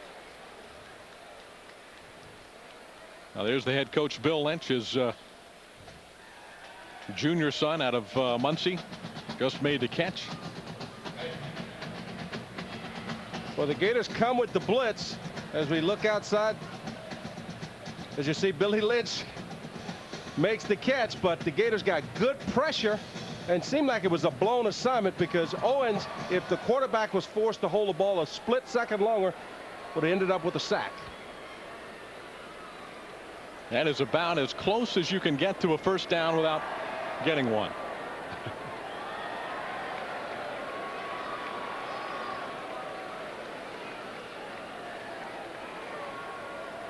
That's when you say it was a bad spot. If he'd have gave me the proper spot, it was a first down, Coach.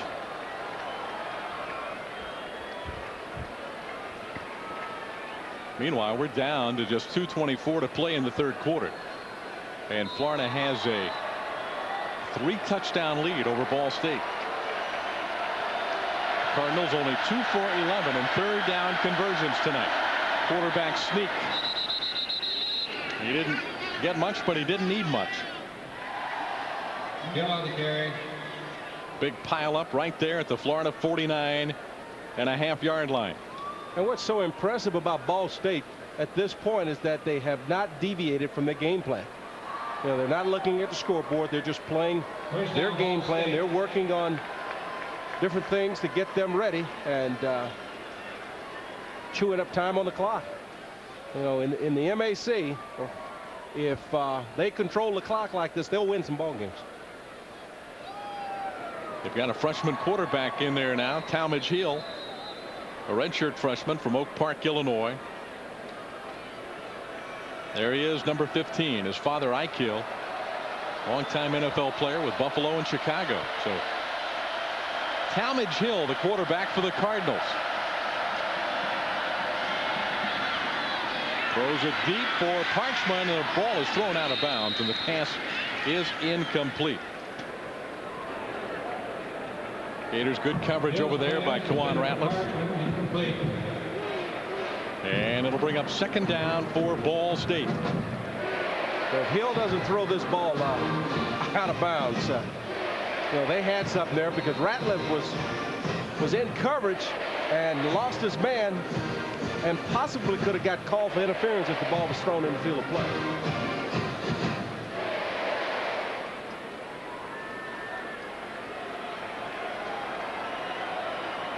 The freshman quarterback getting some valuable playing time in front of a hostile crowd at Florida Field. He rolls out and runs right into a Florida defender. Well, I sure hope we get a chance to take another look at this play, because I think it was Marcus Okendo-Johnson that just destroyed this play. This is supposed to be an option. He takes away the option by beating the tackle outside. He's supposed to be blocked. He beats the tackle outside, turns it in, and then still is able to make the play as Talbridge tried to turn upfield. Loss of a yard. Hadn't been a lot to cheer about for Florida fans in this third quarter. The Gators have put just one touchdown on the board. Parchman has it, bounces to the outside. He can fly. Parchman, touchdown, Ball State. And that's why you continue to work on your offense, work on the things that you know you can do.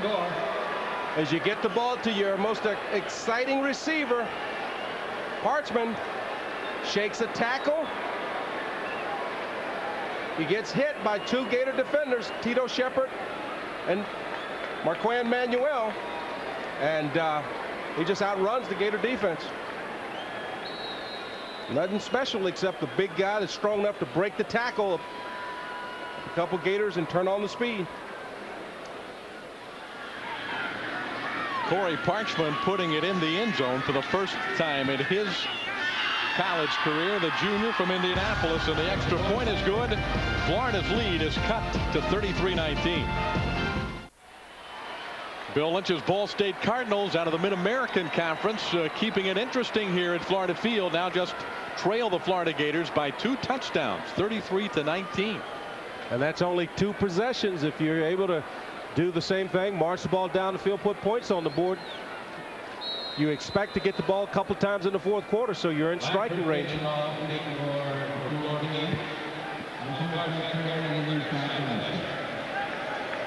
Langford kicks it off for Ball State. This one short, fumbled by Carroll. And still a scramble for the football, but the officials say that Ball State has it at the 23-yard line of the Gators. And now some discussion. Florida now says it's got the ball. I thought one of the officials came in there perhaps prematurely and made a ruling. Yes, he did. And he's been overruled. Well, one of the things that happens at the bottom of that pile, you can see who you think has possession, but the stronger man usually wins underneath the pile. Well, generally, you wait until you're sure about who's got it.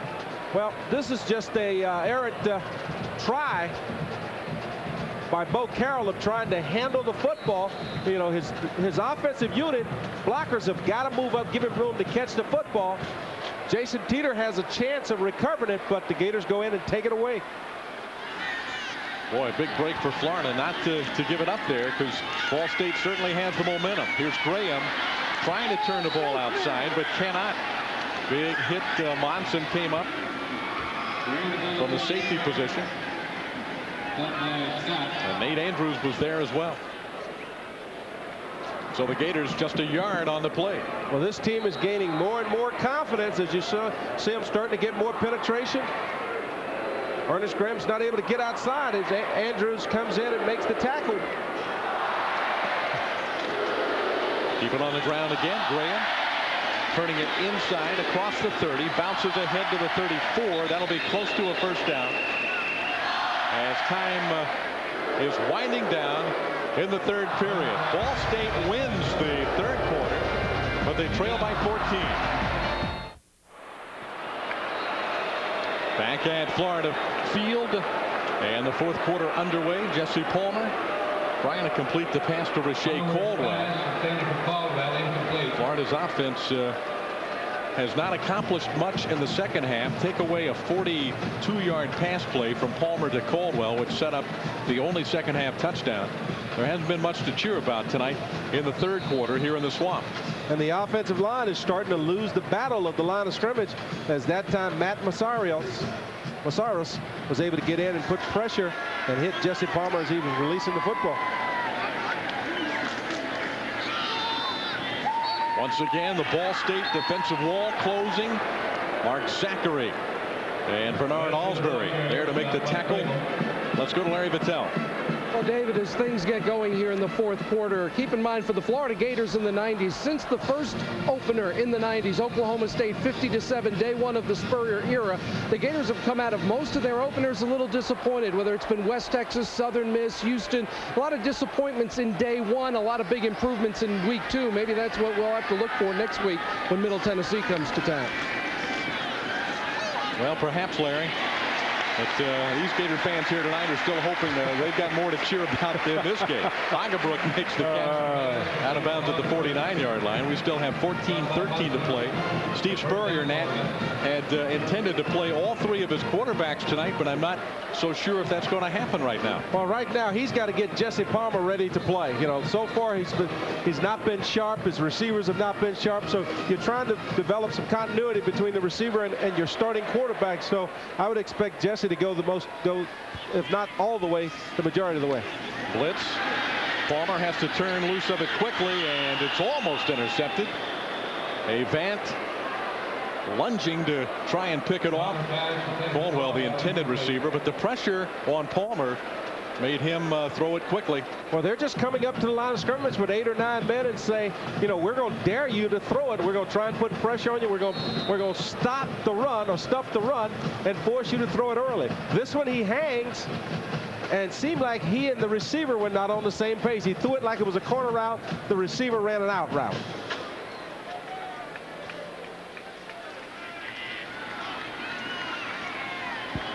Second and 10 from the 49.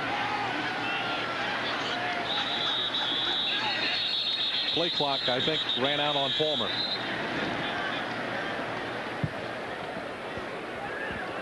So this will be a 5-yard delay of game. Prior to the snap, delay game against the offense. 5 yards from the previous spot. Repeat, second down.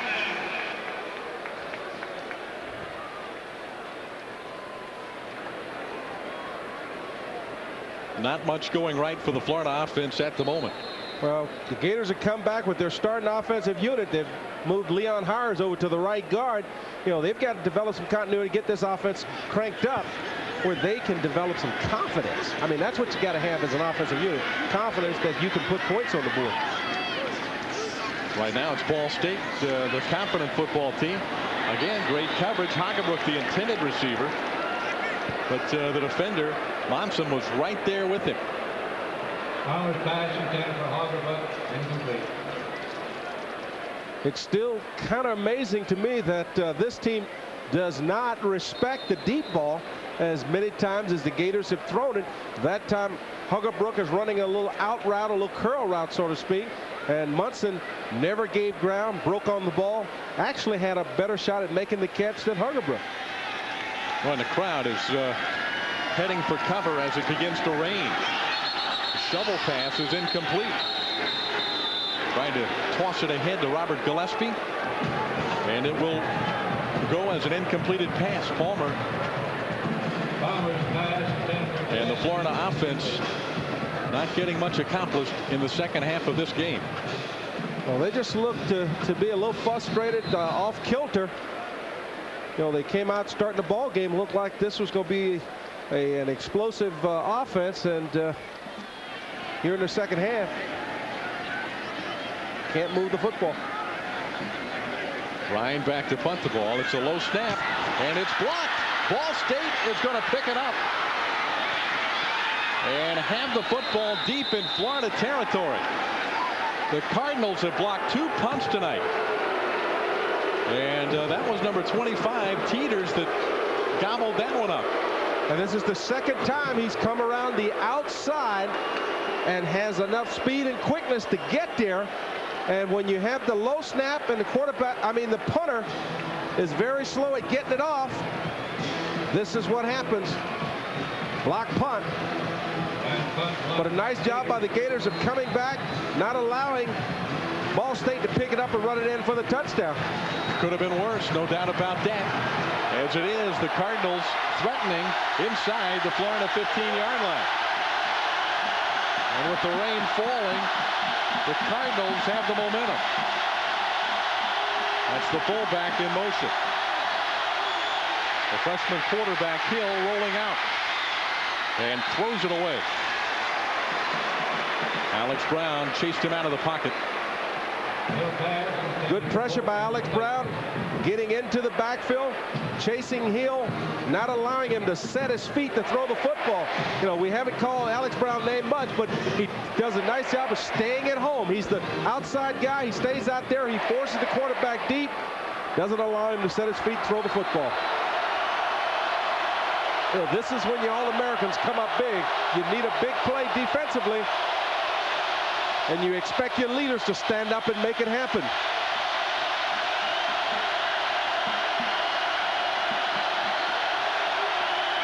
It's second down for the Cardinals. Hill dumps it over the middle. It's fumbled. Schembra coughed it up. Florida's got it. Big number 98, Tron Lefevre, fell on top of the football after Schembra caught it and then fumbled it for Ball State. And I think the hit and the strip was put on by Mike Natile. Let's go back and let's see what happens to Schembra as he catches the football. He catches it coming across the middle. Linebacker comes up, knocks it out. Number 27 for the Gators. That's Harris, the freshman. Travis Harris getting a lot of playing time tonight. And that is a big play by the youngster, forcing the fumble. And Lefevre was able to fall on the football. And Steve Spurrier's Gators dodge a bullet. Well, that's what you expect from a great defense. When your back's against the wall, you need them to make a play. The Gator defense stood up, made a play, gave the offense the football again. What they need, though, is for the offense to get some first downs, move the football. They don't even have to put points on the board if they just move the football. There's an injured player on the field. It's Rasanan Guko, one of the top defenders on that Ball State defense, and he's being looked at right now. You see the Ball State trainer massaging his calf muscle. And usually that's a sign of possibly a cramp. Right. You know, the heat and humidity has finally caught up to him. Well, he's played hard, that entire Ball State defensive unit. Played very hard tonight. And the Gators have not been able to move them off the line of scrimmage in the second half.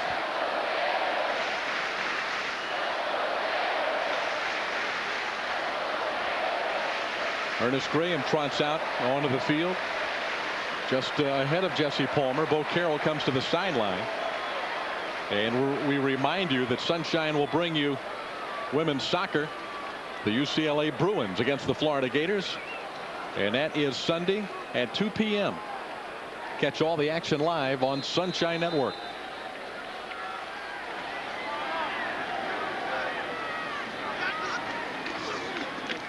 Florida trying to run the football again with Graham.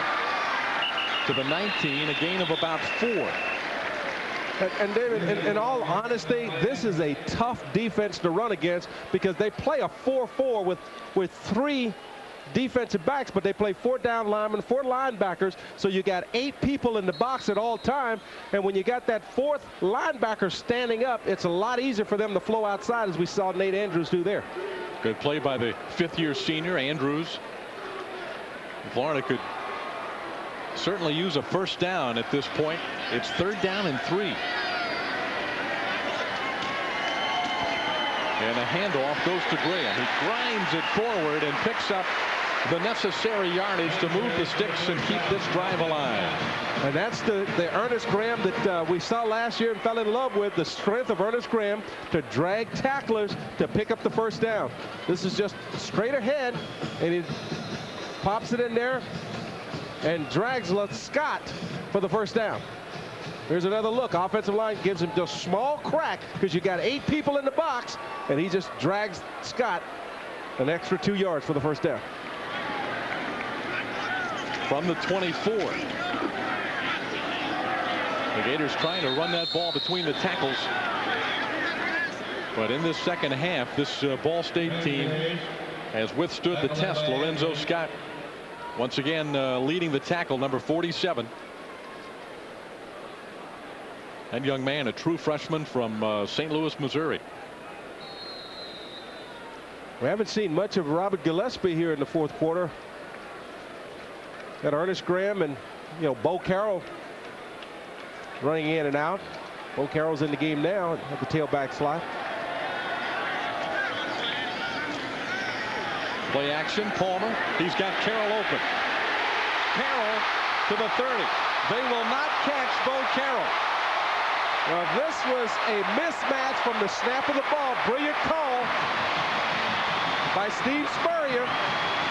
Bringing in Bo Carroll, shifting him up to the flood position and moving Rod Frazier back to the tailback, isolating him on number 8, Bernard Alsbury, who is a outside linebacker. You got the fastest guy on your football team versus a linebacker. If there's a mismatch, this is it. Little throw and catch, Palmer to Carroll. And you know what the beauty of this is? This kid's so fast, Palmer can't overthrow it. I think you're right. 75 yards on the play. McKinnon holds it, and Chandler drills it through, and the Gators build the lead back to 21. 40-19. Bo goes 75 yards. Florida back on top, 40-19. A 21-point lead restored by the Gators on the 75-yard pass play from Palmer to Carroll. The Gators have won 69 and lost none against unranked opponents in the Spurrier era. And Ball State was sitting there inside the Florida 20-yard line with a chance to cut the lead to 7 in the fourth quarter here. But the Gators forced a turnover, then hit the big play, and just like that, the lead is back to 21. And Ball State downs the football. Shimbra drops to a knee. Let's take another look, Nat. And here's the smart play. They move Rod Frazier to the tailback, move Bo Carroll up to the fullback from the flood position, and now he's isolated on number 8, Alsbury, a linebacker. Probably runs 4.9 on his best day, and he's running with a guy that's a 4.2 sprinter. He's got no chance. Palmer put the ball right on the money. See, that's Jesse's just been throwing to guys that he thought had the speed of Bo Carroll tonight. Likely excuse. That one very nice, though. Palmer has thrown 3 touchdown passes this evening. And here is Merriweather, tripped up at the line of scrimmage by Owens. Merriweather, the ball carrier. Senior linebacker from Jackson, Mississippi, thrust into the middle linebacking spot tonight due to the first half injury of Andre Davis. Davis will undergo an MRI to determine the damage on his strained knee. And really doing a pretty nice job there at that middle linebacker spot. Has made several plays, coming up making solid hits.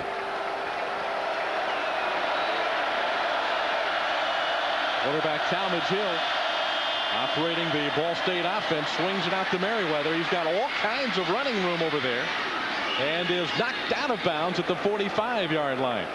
A 25-yard play and a first down for the Ball State Cardinals. And that's just a blown assignment by somebody defensively. First down, Ball State. You're looking at the young linebacker there, and I think number 27, Travis Harris, would be the guy that would have been responsible for the fullback or the tailback, and he's looking into the backfield, doesn't get out there as you see him come in your picture late.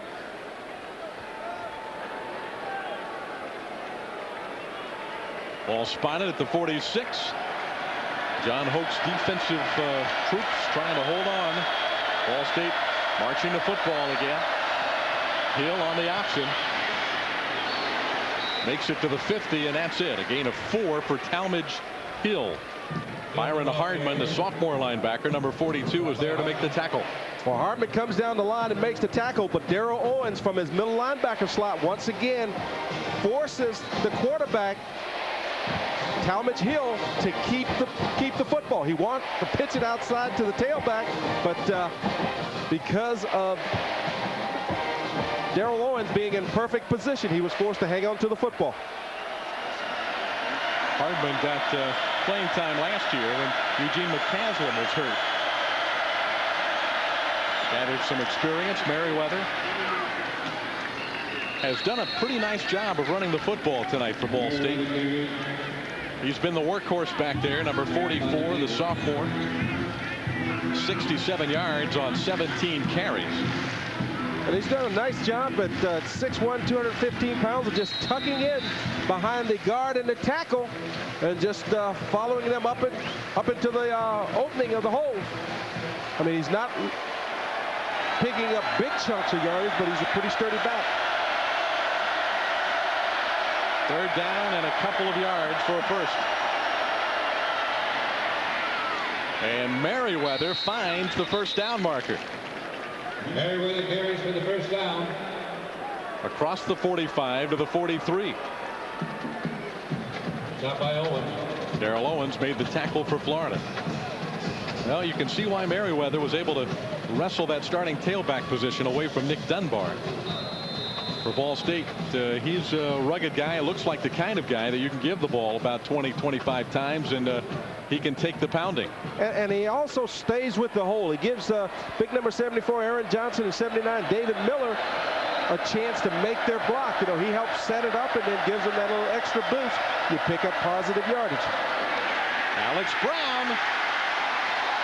There's the big play by the All-American number 13 Alex Brown.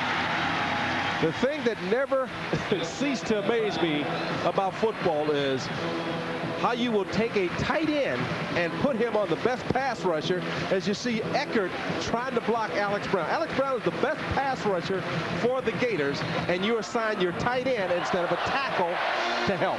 And you know, that's amazing. Gerard Warren wasn't far behind him. He was right there to make sure that Hill had no place to run.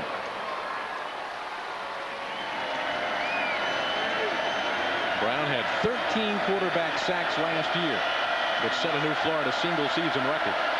That is his first one of the 2000 season. Hill to Lynch. Lynch to the 45. Gain of 5, and the tackle made by Westbrook. I am impressed with Hill because he's standing in there delivering the football, and every time he goes back to throw it, he's getting hit by both Gerard Warren and Alex Brown as he releases the football.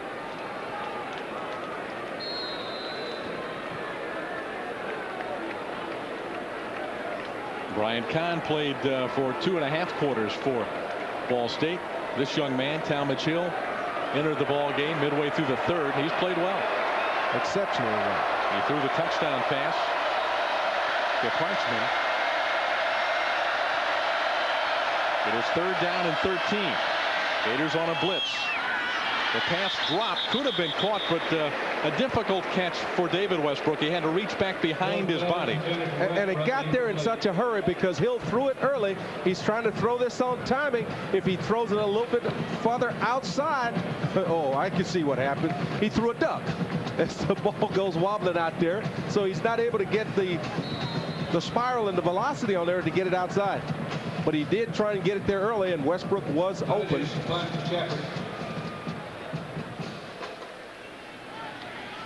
The Cardinals will punt the ball away with 6:38 to play in the ball game.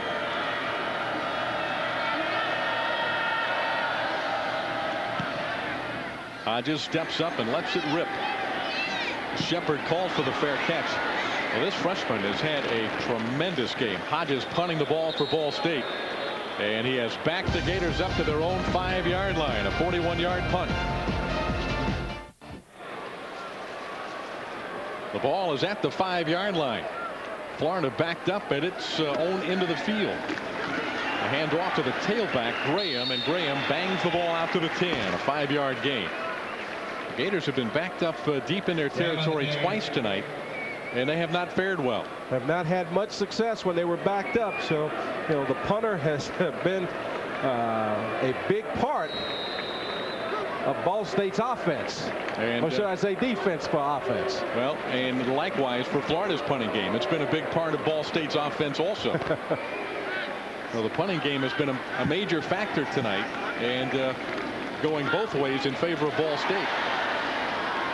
It looked like Perez got turned around or maybe bumped off of his route. The freshman Carlos Perez, highly regarded by Florida coaching staff, Well, he actually fell down coming out of his break. And here's another shot at when you get back there in the back, inside the 10-yard line. Somehow or another, this Ball State team gets pressure on the quarterback, as we saw Zachary comes in, hits Palmer just as he's releasing the football.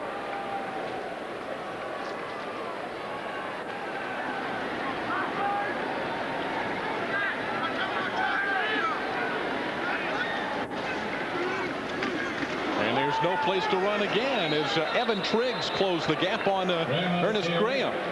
And I'll tell you what's happening. If we can have a chance to go back and take a look at this play, Ball State is starting to run these tackle-in games, and what happens is the tackle goes out, the end comes around, and they're stunned right where the play is going. The guard never has a chance to pick him up because of the stunt. Here's the stunt, 76, crossing right into the play. Evan Triggs plugging the gap, and this has got to be a scary thing right now for the Gators, with Ryan standing back a couple of yards from the end line. And at what point will you say maybe number 25, we need to block? Well, Eric Johnson is now snapping the ball on the punt, and it was a clean snap to Ryan and a good roll across the 50-yard line and a big punt for Allen Ryan. Maybe that'll boost some confidence as Alexander downs the ball at the 37-yard line. We'll be back.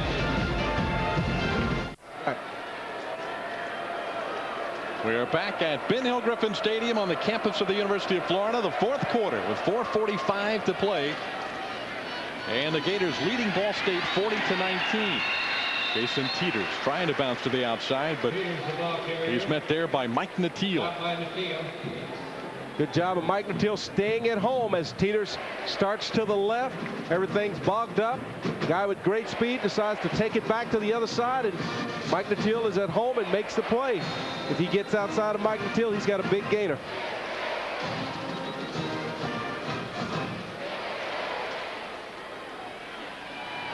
Andy Roche now the quarterback. The third-team quarterback for the Ball State Cardinals. Well, as the ball is handed off to Teeters, and he is dropped. Nice tackle, Thad Bullard, first man there. Royal also in on the stop for the Florida Gators. Royal, good-looking redshirt freshman, Rod Royal from Baton Rouge, Louisiana. But Ball State has to feel like they've accomplished what they wanted to accomplish tonight. Well, I know defensively they have to feel like they accomplished. Listen to this. The last 5 series, the Gators have had a safety, a punt, block punt, a touchdown, and a punt. So you've got to be very happy if you're the defensive coordinator with what you've been able to accomplish here in the second half. Come out. Ball State. And Ball State is called for a timeout with 3:25 to play. Ball State with the football, third down, 14 yards to go from the Cardinal 33-yard line. Roche throws over the middle, and the pass is caught. It won't be enough for a first down. The Cardinals will have to punt the ball away with 3:10 to play in the fourth quarter. Florida leads it 40-19. Florida's defense has surrendered 10 points in this game, and with the fumble in the end zone and the safety, Florida's offense has handed Ball State 9 points. And, you know, they've given up a field goal, but the big play was the missed tackle that turned into a touchdown as number 81, Corey Parchman, was able to break several tackles and get it into the end zone. Other than that, the defense has played pretty good football here. Hodges punt out of bounds at the 37, where the Gators take the football. Back in Gainesville, quarterback Rex Grossman getting his first snap with the Florida Gators, and he scrambles out of the pocket and is dropped at the 40-yard line. Here's the redshirt freshman from Bloomington, Indiana. Highly acclaimed quarterback coming out of high school, All-American, parade All-American, standout. And I think Steve Spurrier had expected to see him a little bit earlier tonight. And so have the fans that are here at Ben Hill Griffin Stadium. Well, knowing that the folks back in Indiana would be watching this ball game, Rex Grossman was hoping to get in a lot earlier and give a chance to show the folks back at home that he's doing well here at Florida. Well, his first throw is incomplete. Grossman's pass. Donald Crumpton broke on the football and got a hand on it. Pass was intended for Kelvin Kite. Another freshman. Steve Spurrier's got a lot of freshmen running around out here tonight. But this is the time of year where you can play them and find out if you should redshirt them or will they be an asset to your football team this year. Grossman throws a dart that is caught at the 49-yard line by Kite. And it is good for a Florida first down with 1:42 to play in the football game. Well, this ball, as you said, David, has some mustard on it. He steps up and he guns this thing to Kite. Kite makes the catch, gets down. Excellent route. Didn't show the defender. Coleman, what he was doing is he ran him off, turned in on the curl, caught the football. Grossman steps up, and Wasanaguko puts him down. Grossman battling Brock Berlin, the highly touted quarterback from Louisiana, Shreveport, for the backup quarterback spot for the Gators all during the preseason. It's been very close throughout the preseason between those two to back up Palmer. And Grossman, a redshirt freshman, Berlin, a true freshman. But both have tremendous talent and great future. Holding on the defense. 10 yards from the previous spot. His first down. Defensive holding against Ball State. And to Rex Grossman's credit, there was so much said about Brock Berlin coming in here and winning not the backup position, but the starting position, that Rex Grossman finally said, hey, guys, what about me? I'm a pretty good quarterback myself. All he did, talking about Grossman now, is throw in his high school career, Bloomington South High School, for 7,399 yards and 87 touchdowns. Well, those are Marino-like numbers there. That's good. Those are big. Those are very big.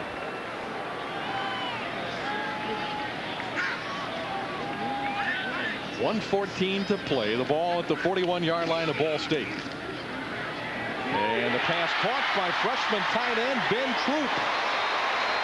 Another young man that has turned heads in the preseason with his outstanding play.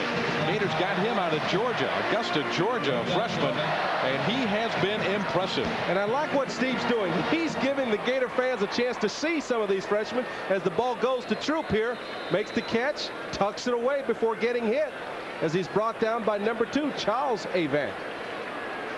Troop, a big fella, 6'4", 250. And he can go and get the football. Grossman showing some good footwork, scrambling to the 15-yard line. Rex Grossman finally getting a chance to show what he can do late in this football game. Only 30 seconds left. And I tell you this here, David, he's not shy about getting out of the pocket. When he sees pressure, he turns on the afterburner, gets upfield, avoiding the sack, knowing that he don't want to get trapped back there and take a big hit. Grossman would like to put this in the end zone. Ball State showing blitz. Here they come. Gators picked it up. Grossman fires, overthrown and incomplete. Intended for number 88, Mike Harris. And time has expired on the clock, and that's the way the ball game will end. Grossman would like to have one more crack at it, but he's not going to get it. Bill Lynch sprinting across the field to shake the hand of Steve Spurrier. And the Gators get out of here with a victory. They escape the swamp with a 40-19 win against Ball State University. Heavily favored, and the Gators win it by 21 tonight in the 2000 debut.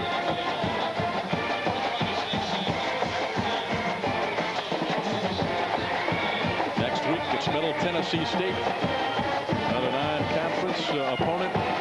Florida will be hoping to work out a few more wrinkles. A lot of young freshmen out there tonight. And certainly will make a vast improvement. Let's go to the field. Larry Vittel standing by with Steve Spurrier. Okay, thanks a lot, David. Coach, first of all, your assessment of 40-19 victory we didn't play real great, but we've had enough good plays to win the game. We got a lot of work to do, but hopefully we'll get better. Concerned about special teams tonight? Well, we can't get the punt off, so we got to get the snapper a little quicker and the punter a little quicker. So, yeah, it was a close game tonight. How did Jesse do? He did okay early, got a little erratic, but he'll get better. Coach Steve Spurrier back upstairs to David and Nat.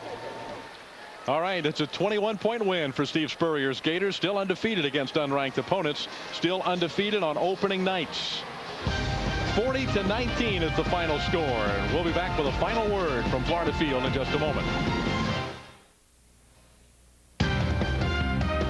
This game is brought to you in part by CNI, where DSL lives up to speed. By wireless from AT&T, your world close at hand. And by your Florida Orange Growers, proud sponsors of the Gators. Final score from Ben Hill Griffin Stadium tonight. The Florida Gators 40, the Ball State Cardinals 19. And the Gators put this game away in the fourth quarter on a big pass play from Palmer to Bo Carroll. Well, this is just an excellent call by Steve Spurrier, getting the ball to the fastest guy on this football field. And, you know, the Gators have got to do more of this. They've got to find ways to get the most exciting guys the football. Carroll certainly is one of the more exciting talents on the Florida football team. And he races into the end zone with a touchdown that put it out of reach for the Ball State Cardinals. 40-19 is the final score. 40-19 is the final. We'll be back in just a moment.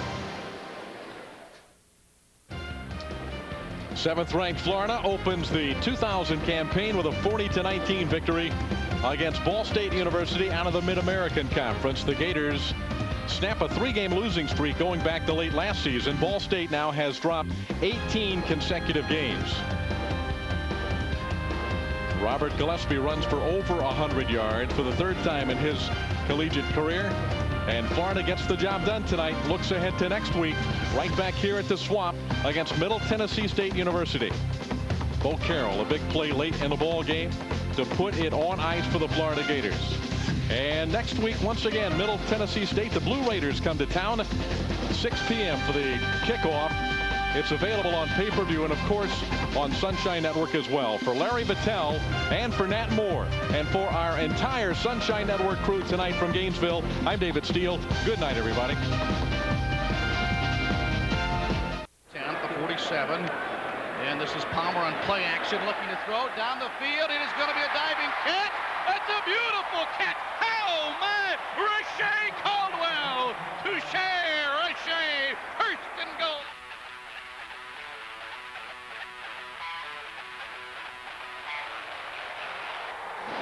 This is Florida Football Highlights with head ball coach Steve Spurrier and the voice of the Gators, Mick Hubert.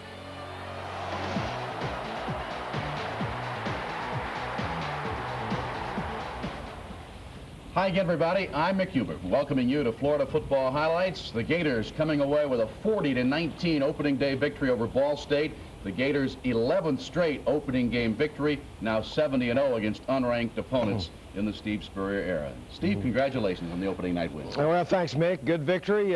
We didn't play super the entire game, but it was a pretty good win. Hopefully we can improve and correct some errors we had last night.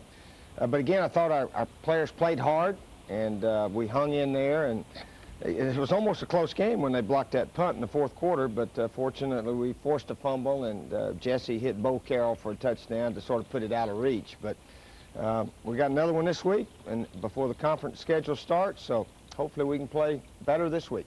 Well, there were some career highs in the game. Jesse, for one, 46 pass attempts, career high 21 completions and 327 yards, and Robert Gillespie had 112 yards, his career high rushing the ball. Right, Robert got a game ball. Robert rushed the ball very well there in the first half, and sort of sprained his toe. Hopefully he'll be back this coming week, but sort of wait and see. But Jesse, he threw some beautiful passes early. Protection was nice, had guys open. And then all of a sudden we sort of started misfiring, got a little hesitant, started waiting on some guys, made some bad decisions here and there. But overall, you know, we got a lot of room that we can improve, we think. Defensively, we held them to only 266 yards, but we only got really the one turnover. We got the Hail Mary interception right before half, so that fumble right in the fourth quarter was really the only crucial one we got all night. And the Gator defense did force 8 punts as the Gators beat Ball State 40-19, and we'll come right back and show you the exciting highlights in just a moment. Coming up next, we'll take a look at all the exciting highlights. Florida Football Highlights with Steve Spurrier is brought to you in part by these great sponsors. First Union, your guide to the financial world. By Great Southern Wood, makers of Asphos pressure-treated pine. If it doesn't say Asphos on the yellow tag, believe me, you don't want it. By Dairy Farmers Incorporated. Got milk? By Shands Healthcare. By Papa John's, the official pizza sponsor of the Florida Gators. Papa John's, better ingredients, better pizza. By Pico People's Gas. Run smart and save with energy conservation rebates from People's Gas, a Pico energy company. And by Dodge. In a perfect world, everything would be different. Coming up next, we'll take a look at all the exciting highlights.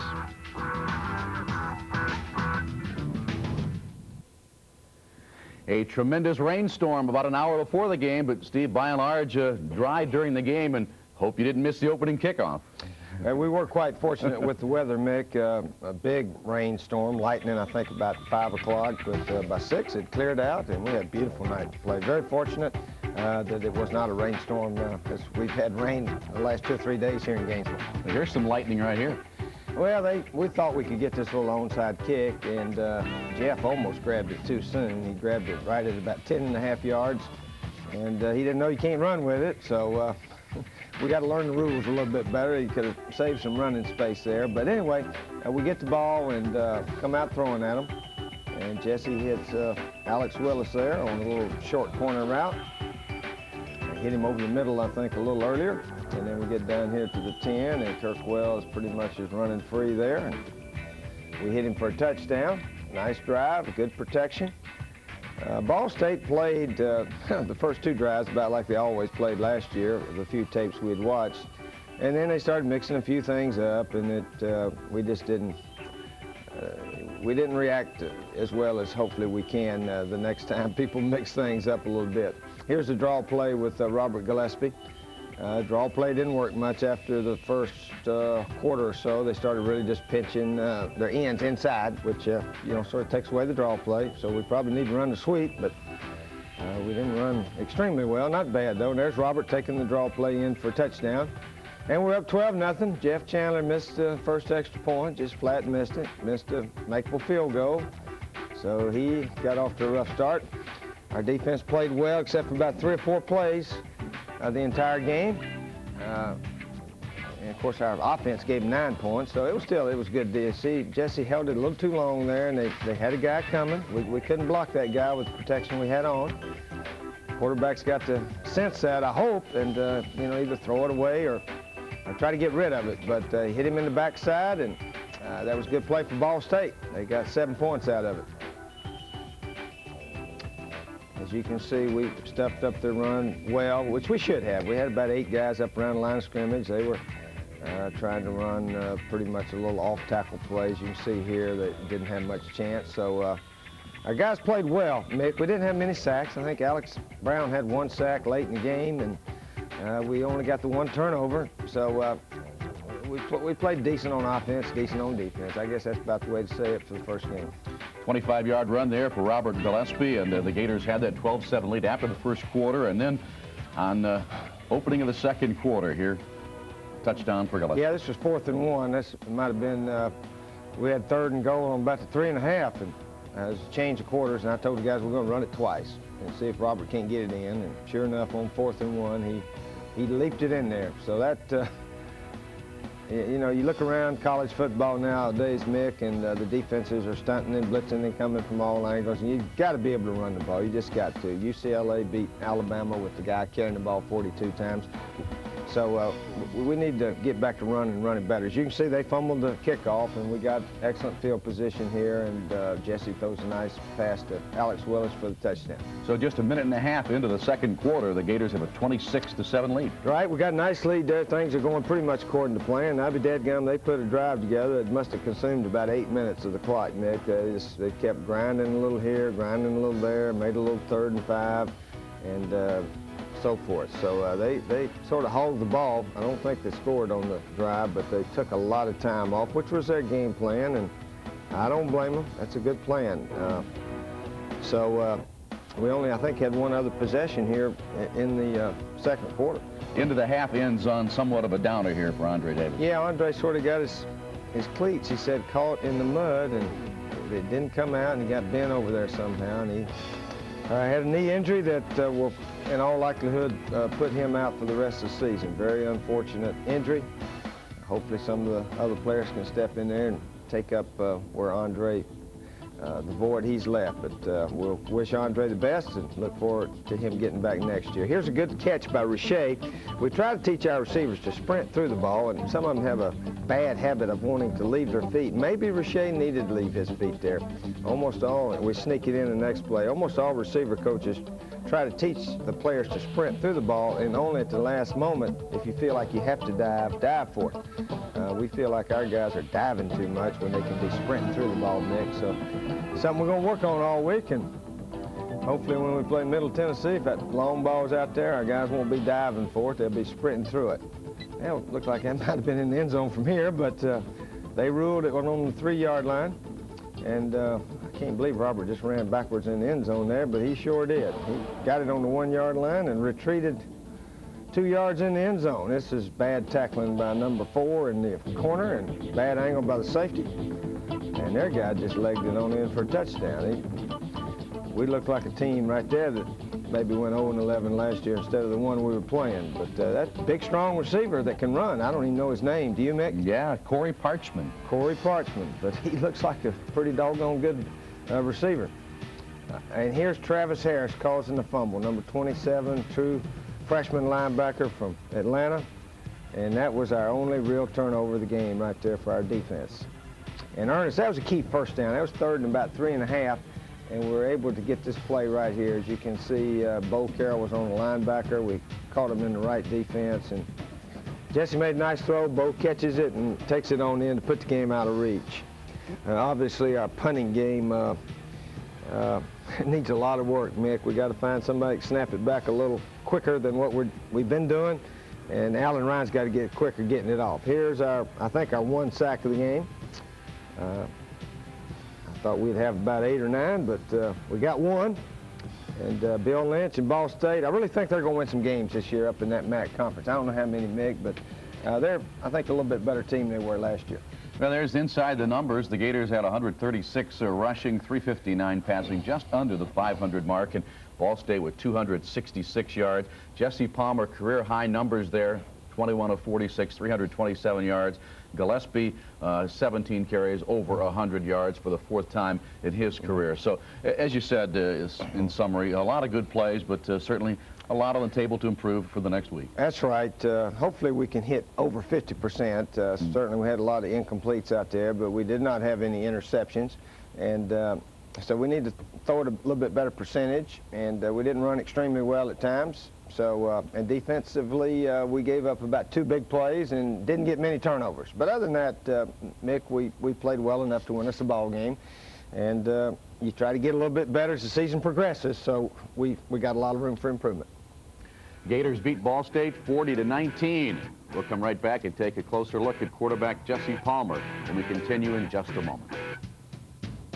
Coming up next, we'll go inside Florida Gator Football Highlights with Steve Spurrier is brought to you in part by Golden Flake, the South's original potato chip. By Toyota.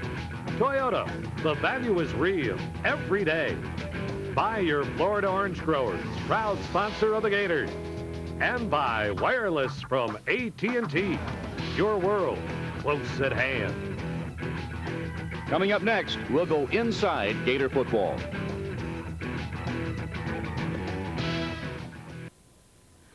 Quarterback Jesse Palmer's migration south is now complete, and he hopes to lead the Gators to another SEC championship, as we see in this edition of Inside Gator Football.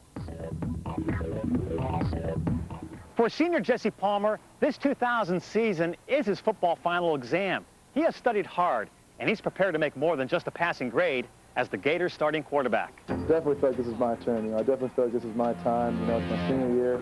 I've been through a lot here. In the last 3 years, I've had a chance to play a lot, and I'm very grateful for that. But I really feel like this is really my time to kind of step forward and really try to establish myself as the man and really as a leader to help take this team to where it can go and reach its full potential. In getting ready for his final year, Jesse was very careful to come into fall practice fully prepared. When you're younger, a freshman, sophomore, you kind of tend to see the big picture, and you tend to get overwhelmed by a lot of the big stuff. But I think, when you finally settle into it, your junior, senior year, I think especially your senior year in your 4th and 5th season, I think you start, like you said, paying attention to detail, things like, just fundamentals when you're playing, but, lifting weights, running, taking good care of your body, nutrition, watching tape, all those little small things that you can kind of pick apart at different pieces, it definitely pays off. When Jesse came onto the Gator football scene 3 years ago, he was more known for his Canadian accent. Eh? No, I had a lot of fun with it. I always tease my friends. We tease each other about Canada and stuff like that. And, it's funny. We play a game where, if we're ever watching TV or something, or any celebrity comes up who's Canadian, I'm always quick to point him out and claim him or her. And the guys always kid me, like I got a checklist in my pocket of every famous Canadian person. There's only 20 of us up there. There's only 20 Canadians up in my country. So, it's not too hard to be able to find them. While growing up in Ontario, this Canuck shied away from the ice and skated over to football, following his father, a former CFL star. Actually, I did get involved in organized football at the age of 8, 9 years old, and I played ever since. So I've always been involved, from a very young age. My dad was always coaching me, and my younger brother got involved with me as well, and all my best friends played with me as well. So it's something that, it's always been part of my family. It's always been part of me. It's funny, people, ask me to describe myself, and the first thing that comes to mind is I'm a quarterback, I'm a football player. And he's loving life playing quarterback. What a better place to be a quarterback there in Gainesville, Florida. A guy like Coach Spur being your coach and, former Heisman Trophy winner, and such a great tradition of quarterbacks here at the university, and a community that's very, very friendly and so supportive of our football program, of our quarterbacks here. And it's the best place I could ever be a quarterback in, and I'm so grateful that I have this opportunity. It looks like the best climate for this Canadian is not being on a frozen pond, but in a swamp. For Inside Gator Football, I'm Steve Babbitt. Well, Steve, he was off to a great start in '98 before he got hurt, and I know he'd like to regain that passing form of 2 years ago. Right, Mick. Jesse's got all the physical tools to really be a super quarterback, and the quarterback nowadays is decision-making, where to throw it, when to throw it, and this, that, and the other. And I think with experience, he's going to certainly get better with that. So hopefully, the game this week, Jesse's decision-making and throws be a little bit sharper, a little bit better. First game jitter seems like everyone in college football has them somewhat around the country. So, yeah, he's our best quarterback. He's been here 4 years. He's watched tape. He mentally knows our stuff. Now it's decision-making, when to leave a play on, when not to, where to throw it. That's the name of the game. And Jesse, I think, can do better than he did last night, and I expect that to happen this coming game. Gators win it by a score of 40-19, and we'll go inside the locker room and hear from the winning team right after this.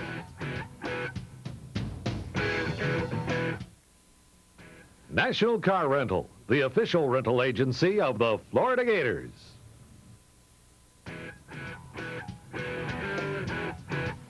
Clothing apparel is provided by Bell's Department Stores. Gerard Warren and the Gator defense held Ball State under 100 yards rushing. Meanwhile, the Gators had 11 different receivers catch passes. As we take a closer look going inside the locker room.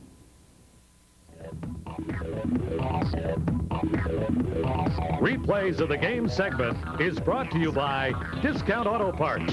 For quality auto and truck parts, remember Discount Auto Parts, a proud sponsor of the Florida Gators. Second down and less than a yard. 2nd and 1 for Florida. Palmer dropping back, looking to throw. Right side to the end zone. It's caught, and it's a touchdown. Alex Willis on the catch on the right side, and the Gators convert as they score the touchdown. Coach Spurrier signaling from the sideline. He called in the play, And they were in the right defense for the play, and we ran the play, and, you know, both of us executed, and I just thank the Lord that, you know, it worked, and we scored. Along with David Westbrook. A single receiver wide right. And here's a pass coming over the middle. It's Sean Schembra who catches it. He drops the football. It's going to be the Gators recovering. Oh, my! Sean Schembra on a crossing route caught the ball and then dropped it. And the Gators recover. It's the Gators taking over the football at their own 11-yard line. We was in the zone, and I dropped back. I seen the quarterback. He was looking at the receiver the whole time, so it was pretty easy to read. And he passed to him. I closed on him, tried to grab him real good, and the ball poked out. You know, we at the time we really needed it right at in the red zone. The Ball State 13 from the right hash. Another running play to Gillespie, straight up the middle, inside the 5, a cut to the goal line, and he's in for the touchdown. Robert Gillespie on the touchdown run, and the Gators lead 12-0. The first one was a draw play. I mean, I just went there and on the line, I mean, created a big hole and moved some guys out the way. I just had to make one guy miss. And last one was just the power. I mean, offensive line was fired up. They just wanted to pound the ball in. It was a 12 blast. And, I mean, those guys got the guys out of the way. I just had to make the guy go over top. Todd under center, looks over the Gator defense. There's a running play, and it'll be stuffed. Oh, my! Gerard Warren in on the stop as Teeters got taken back for a loss on the play. That's something that we take pride in, trying to pressure the quarterback. But like I said, it was a few times where I personally know I missed a tackle or two that I should have made for a loss, and maybe it squared out for a game. 11 left in the fourth quarter.